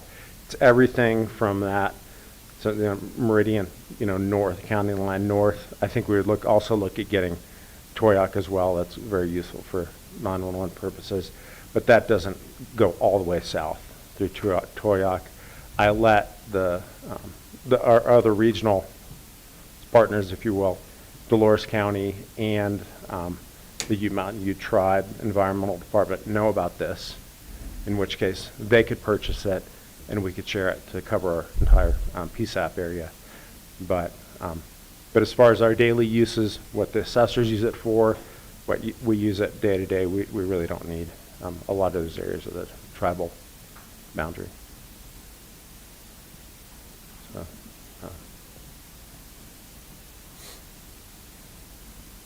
and in this opportunity, it's not an every year thing. They did it in 2017. Now they're doing it, so it's once every 3 or 4 years that you might get this opportunity. And we like to build imagery catalogs. The planning department, we know, the more successive years that we have to go back into, it's extremely helpful in knowing when things are happening. So that is what that line item is. Rachel? Yeah, I mean, I guess if you guys have any questions about the imagery, because every 5 years we've paid for like the dense areas of municipalities imagery, because the free imagery is not as good a resolution, or you can't. But we've shared those costs too, right? Correct. Yeah. We've shared all those costs. This is just off the shelf cost to us, $140,000, which. And it's actually at a reasonable resolution. It's 1 foot. Yeah, and one of the things is some of this online streaming imagery, which you never know when it's going to be updated. This, by purchasing this imagery, you actually download onto a hard drive, would enable us to update the imagery that's on the dispatch computers. They're offline. They're not connected to the internet. So those online streaming services don't really work for their situation. And most of the partners that we've dealt with in the past have been in municipalities for the very high resolution stuff. So I'm looking at this as more of a county kind of a project, county emergency services, and be usable for the assessors to pick up any homes and so forth. Is there addressing on that? On your aerial stuff? Mm-hmm. Okay. Yeah. Once you guys add it. Yeah, it's a doesn't come separate with- layer. Yeah. They add the addressing. It doesn't come with an address. The higher resolution imagery allows us to really pick off, with 1 foot imagery, you can see roof penetration, so you can see what may be classified as a home versus a shed or so forth, because you can actually see that kind of stuff. And it's just nice having that catalog of imagery, because we still reference like this 1960s aerial imagery and the 1938, and just being able to see that kind of timeline and having that temporal data is really useful. Yeah. So that would What's the earliest aerial data you have? 36, 37? 38, yeah. Mhm. That's been extremely useful. We went down to NRCS and went through their archives and scanned that, and actually been fantastic when we're looking at cases to figure out when a road showed up and what the alignments were at certain times.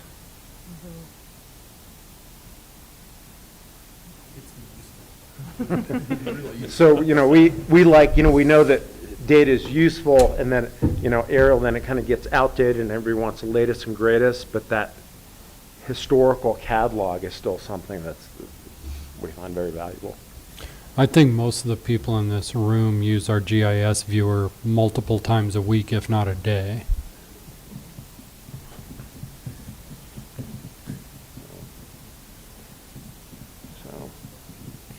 So So it's an that's overall just budget decrease of $7,000. That's just an ask to add that, or to That's an consider. ask, that's not necessary. I mean, you know, Right. it's not. If push And came to that's shove, not in here, it's just the ask on the lower section. Okay. And like they said, if they review the data and they don't like it, we don't spend Yeah, it. that's- How long do you get a take test it out drive for it, a 30 test drive, days? yeah. well, they'll send you a login so you can stream and look at certain areas. Sometimes they'll send you, you'll say, I want this area, and this area to look at, and they'll just send you a sample of it. But when they sent us a sample of that 2017 data, it was very good, very color balanced, crisp. So.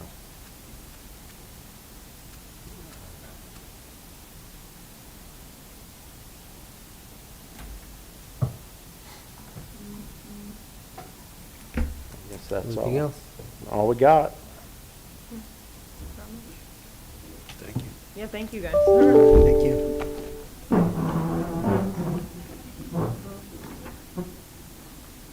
Okay. Doug, Now we gotta talk to you on the bridge. come on up.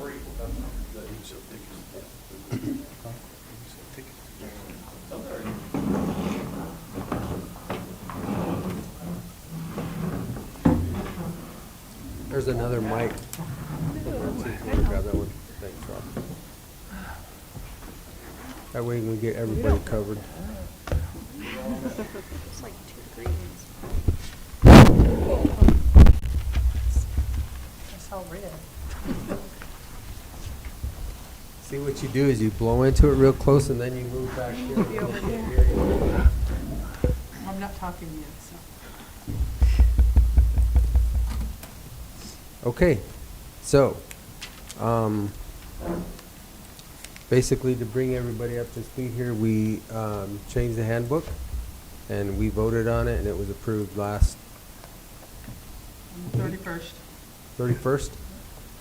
Since that point in time, it's been brought to our attention that there are a few, things that the road department wanted to talk about. We had a discussion last week, with the road department, which, brings this one last item. Everything else was okay and acceptable, which is basically the pay for,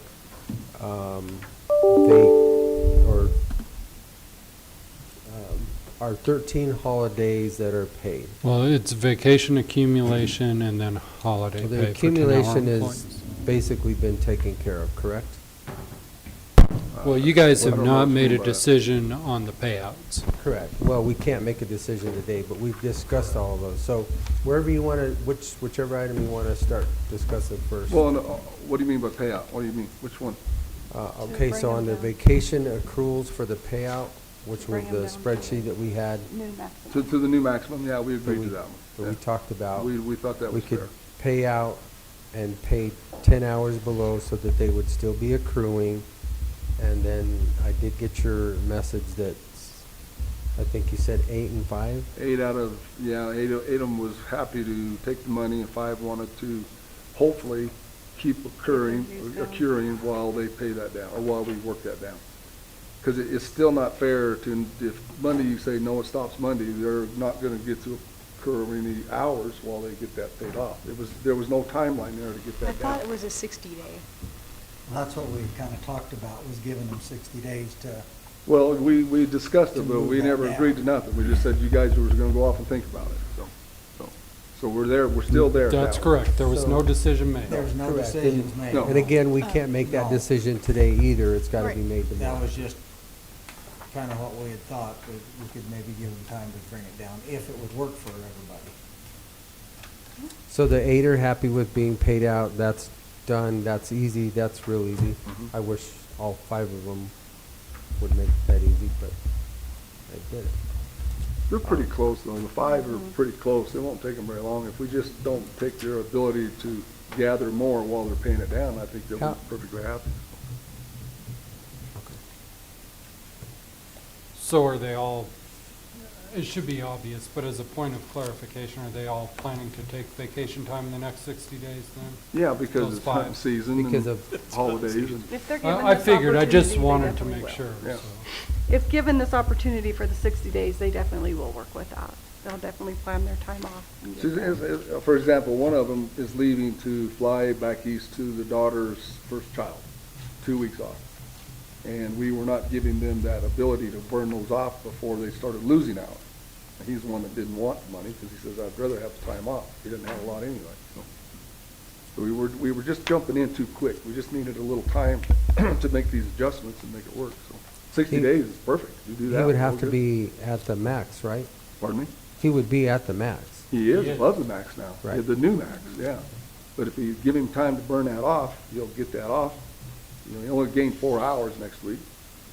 So that still gives him time to burn that down, if you give him some time. If you jump on it Monday morning, then no, he won't occur anything because he's above the new max. Which we discussed all that, so, yeah. Okay. Questions on that? I got it.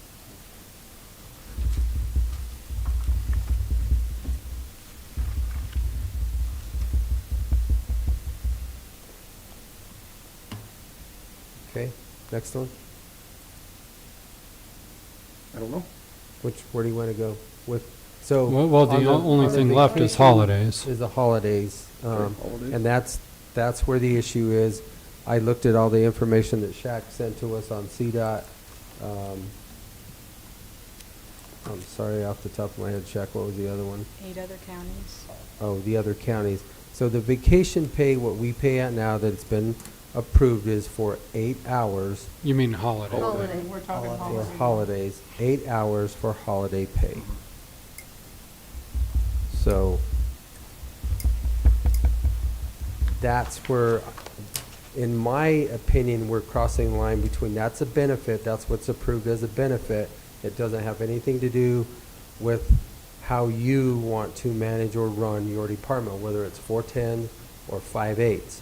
So looking at it, to me, it's real simple to just say it's 8 hours, it's consistent with everybody else, we're not taking anything from anybody. And, you know, I kind of agree with Commissioner Stevenson to dip into 26 hours of your vacation time to have 52 Fridays a year off. It's a pretty good trade-off. See? That's just how I feel. These two guys can speak how they feel, but it's consistent for just an 8-hour day for that pay. They don't work 8 hours though. So I there's where understand the- that, There's where but the we're rub not- is. So But it's you- all hours. You guys said hours and it's hours. And we got Right. off the day thing and it's hours. They work 40 hours just like everybody else does. Correct. So we So the agreed. hours are hours. So we're paying 8 hours for holiday You're pay. paying 8 hours because everybody else works 5 days a week. That's Yep. all. That's the Yep. only reason. They're still putting the same 40 hours in that they are. Correct. So why not give them 10 for 10 or 8 for 8 or whatever you're doing? They work 10, they get 10. They work 10 Because hours on a it's- holiday, they get 10, you know? So Right. it's just simple. It's just that simple. It's more hours, I guess, if you add it up at the end of the year, but I don't know. Their argument, I'm just giving you their argument. I They go underst- out and they work all night, they work Christmas days, they do all these things that everybody likes them to do. And they do it in 4/10s, very efficiently. And And- then they get nicked. So That that's, brings them down 26 hours yeah. because they have to use those 2 hours after they put their 40 in. It brings them down 26 hours. Correct, Not which is- always. It depends on what day the holidays lies on. Okay. Because some holidays, if it's on a Friday, Friday, they you've get already done your 48 hours. 4/10s. Right. Our problem is that it has to be fair across the board, and it hasn't been. We have multiple departments that work 8-hour shifts, 10-hour shifts, 12-hour shifts, but they're only allowed to get 8 hours of holiday.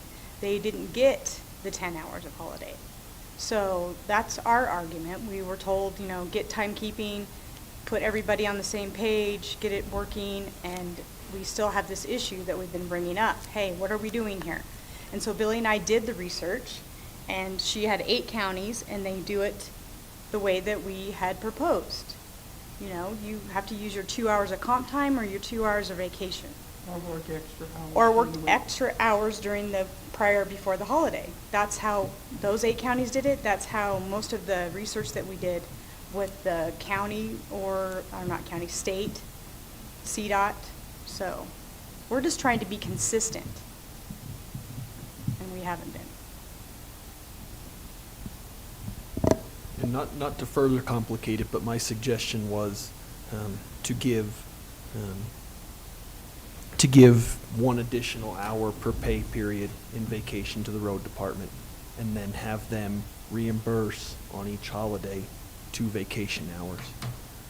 And so what that would do, If I you hate do to that, be- you're gonna have to do it for other 10-hour employees. Yeah, we have I other think we would have to departments. do it for every 10-hour employee, but across the board, that would ultimately even the playing field. So is that unfair if everybody working other shifts are compensated accordingly, 12, 10? That's going to cost the county. I think there are obviously other departments that work 10-hour shifts, just like you guys. Sheriff's Department, 12-hour shifts. But isn't the county cost ultimately the department's budget? Most of them are general. Yeah. At least the road department manages their own wages. Yeah, it's gonna come out of everybody's budget. So you can't say The it costs the same county, it costs equally. that department. It's going to cost the general Still the fund, county. it's still the county. I think we're all the county, that's what we're trying to, we're all county employees. I think that we all deserve to be treated the same. You're right, I agree with you 100% if we all did the same job, but we don't. We do different functions, different reasons, the sheriff's different than we are, and we had this discussion. Everybody has a different purpose out here, and sometimes they just don't work on a 5-day-a-week, 8-hour day. They just don't. So, I think you have to go back, though. If we have to have a benchmark to look at, you're going to look at other counties and how they do it. Correct, which is all 8 hours Mhm. pay for those holidays. Everybody gets 8 hours. It doesn't No matter matter what what they shift you're work, working yeah. on, Right. you get 8 hours of pay. Right.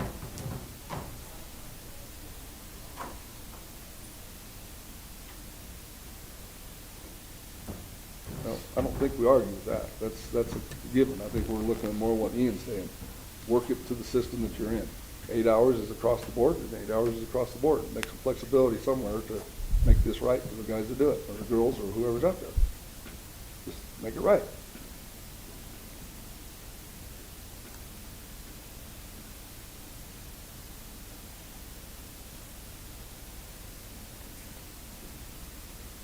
Gentlemen?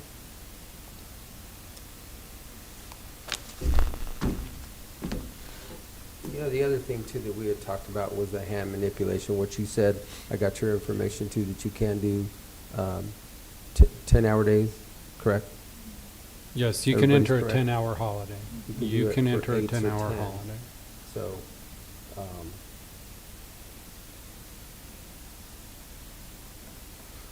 But if ever, this is just about what Ian's saying, I think, and correct me if I'm wrong, if certain departments are getting an extra vacation day per year that they trade for a holiday, is that how you propose that?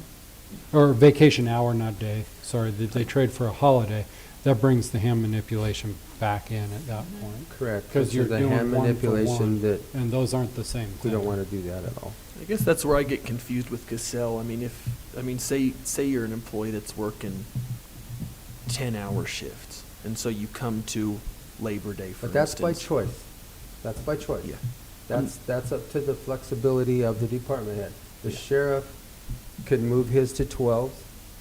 Yeah. He could move 8s. He could go to 8, 8, and 8. They could go 3 shifts, and you have that flexibility also. You can go back and forth, or you could go to 8s. Correct? Yeah. It's what you want to give as the benefit for the holiday. But the benefit for the holiday is based on 8 hours, not 10, not 12, not Right. 24. It's based on 1 day or 8 hours, which would be, Yeah, and I mean, ultimately, this isn't my decision. I'm just trying to put everything out there. And so just trying to understand what the system can do. And so just in my example, if you come to Labor Day, you get 8 hours of holiday pay for Labor Day. And then you're working a 10-hour shift. You take 2 hours of your vacation time and you plug them into Cassell, take those 2 hours on that day. I don't know if the That's what we system, have I don't been- know that's if, what we have been doing. I don't know if That's the what they don't system. wanna do. I don't know, okay, so if the That's what system we can have been accommodate Well, it's that, not that we then, don't want to do it, we just see that it's not consistent. Correct. For everyone, and that's what we're Everybody trying is to. getting an 8-hour day Right. because we choose to work 10-hour days Mm-hmm. or 12-hour days. Right, it's not fair to get paid for 12 hours when you're only working, or when everybody else is getting 8.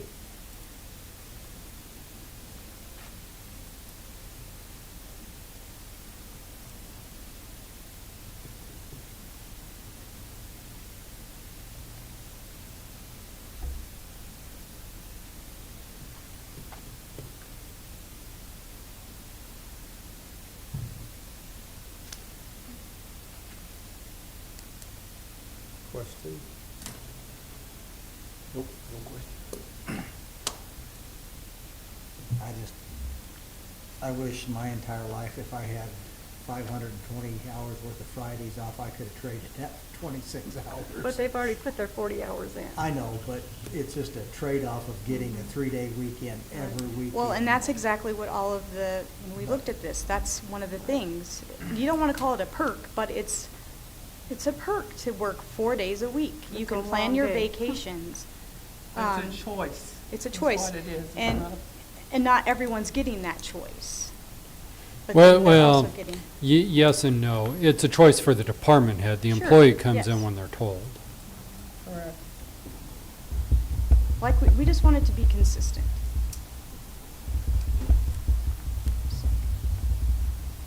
So what did you say, Virginia? They've already worked their 40 hours? They work their 40 hours by the end of Thursday. It's not like we're not working our 40 hours. I It's know. Right, not like everybody's we're working, not. everybody's working 40 hours. Everybody's working 40 hours. I thought everybody was working for the weekend. But then another thing that you have is the reason why a lot of them have more vacation over the limit is because a lot of people, like I do, you plan your vacation, you're taking Friday, Saturday, Sunday, you know, you don't have to take a vacation day. I have that off, so I don't have to take vacation. So that's, you know, you're just starting, that's how they're getting all of those hours. No, I understand that. Well, we look at it as we don't That's- take too much time off because we're busy, but that's okay. Go ahead. The other thing is these guys got a lot of this in the old days for pay raises. This was benefits. This was perks for the hours they were putting in because they were making $9 an hour instead of $22 an hour. And this was a way that the county could give them something for the work that they were putting in. The hours that they had to go out, Starting- work all night and plow snow and do the things they did. So some of them look at it from a personal standpoint, like, boy, you're really getting into my retirement plan, which it's not, but that's the way they looked at it because that's what they were told. And these are your 20, 25-year people. So anyway, it's just old stuff that has to kind of go away. And I agree. I think Phaedra's right. So is Billy. 8 hours a day and a percentage of those hours on the years of service is a fair way of doing it. And I've told every one of them, they're lucky. The best I ever had was 160 hours a year, and that included sick leave. That was what they called a PTO. Man, we were knocking them dead at 4 weeks a year. Don't get sick, because you weren't going to Hawaii, you know? So they were doing pretty good with what they got here. But then they got these little bumps, like 2.5 days a month. I mean, we're working 4 10s, and the previous administrators said, we'll call those a 10-hour accumulation. That's what you're doing. Now you're jerking it out from under them before they have a use to be able to say anything about it. So that's all we ever asked for was the least here amount. If you choose to do something different, you made your choice. So that's a step forward. At least had a chance to talk. So Well, it's, and I read the email now. I've seen the agreement that was apparently between the road and bridge and the administrator, but, you know, we just talked about this. We've spent 8 months trying to clean up all kinds of things, and we've got many more in front of us tomorrow that are gonna be much harder than this. well, this isn't hard. It's To just me, it's just, balance. it's not, I look at it as, this is just holiday pay, and it's strictly 8 hours, and it's, I know they're not gonna like it, because they're saying they're working 10 hours, and they're gonna have to use 2 hours of vacation, or get paid for 38 hours. But here again, I'm just like you, Rob, from private industry, man. If I got 160 hours, I was killing it. Yeah. And I don't wanna, it is by choice, and I'm with you guys. If you can do your work in 410s, I'm not gonna tell you to They change. really aren't arguing with the new accumulation, they understand that part. I'm not doing that. With the and- accumulation max, they understand that. And we're trying to buy out your time to get you under that so that it's, it's not to hurt anybody, but on the other side of the coin, we have to be consistent with everybody. And I mean, if we've agreed on 8 hours of pay, then it should be 8 hours of pay for everybody. And your shift that you guys choose to work is within your discretion, and we're not asking you to change how you manage that at all. No, but we appreciate that, all right, dude, so, that's good. That's, I think we said that openly, we're not. The industry I work in, you don't accumulate Yeah. anything. When we want a vacation, it costs me money to go on vacation. I have to pay. Well, like I said, some of these older ones, these 20-year ones, they were given this extra benefit as a bump in pay or a pay raise that never came, and year after year after year. And this is the way the county says, well, we'll just give you some more hours on your vacation, another day off. On the other side of that, we are trying to fix the pay scale a little too, which should benefit most of them. They don't know that part yet, because they've been promised that every year, so I don't want to bring that one up. Yeah, wait till they vote on the budget before you tell them that. part. Yeah, that one, so that might help ease some of the pain too, if it goes the way we hope it does, so. We won't know that for a few more weeks. So, anyway, thank you for listening. At least we listened. At least you brought us in and talked to us. So, that's all they were asking for. Well, at least you didn't post it up on Facebook. Not yet. We'll spice it up real well. Yeah. No, they don't like that kind of celebrity, so I think you're all right. We are fortunate to have several guys that have been there over 20 years and quite a few that's been there more than 10. It's kind of tough when we go through a lot of turnover too. I mean, we got a lot of new guys, and most of them got their hours, but we just hired a couple of guys recently, and they're not gonna get anything. If we had a holiday tomorrow, they'd be 2 hours short on their pay. So, even though they work 40 hours. And it's hard to swallow when you look at it that way. Well, I just put 40 hours in. But there are other ways to resolve that. Yeah, they'll be done that way, so. So he can say, man, can you work an 11-hour day, or can you work 2 11? I don't know. It's a half an hour a day. That's your discretion, half an hour a day. We're not trying to Go back to 5/8. hurt Good. anybody. I mean, that's within your discretion Right. of how you guys want to handle that. We're not. No, I know where the girls are coming from. It's easier or better to be across the board. It's just, every department's different. That's all I've ever said. Everyone, the sheriff, all of us have different problems, different solutions. We're not one, even though we are a county. We are totally different in many cases. So. Well, if our economy and everything keeps going the way it is, there's gonna be some lot harder pills to swallow than this little Yeah. deal. I can guarantee you. Yep. Okay. Fair enough. That was it. That's it. That's all of them. Okay. Thanks. Yep. Thank you, guys. Thank you, guys. Thank you.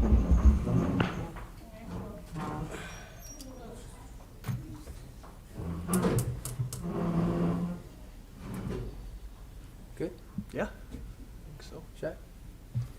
We're good. I do need to let the commission know, although I could do this in my report tomorrow. The tribe has canceled their tribal council meeting for Wednesday altogether. So, not just our part of the agenda, the entire meeting, so. Okay, well then. That puts off, okay, very good. Thank you. Well, gentlemen, if you don't have anything else, we'll adjourn this meeting. My next meeting starts at 5, and then I've got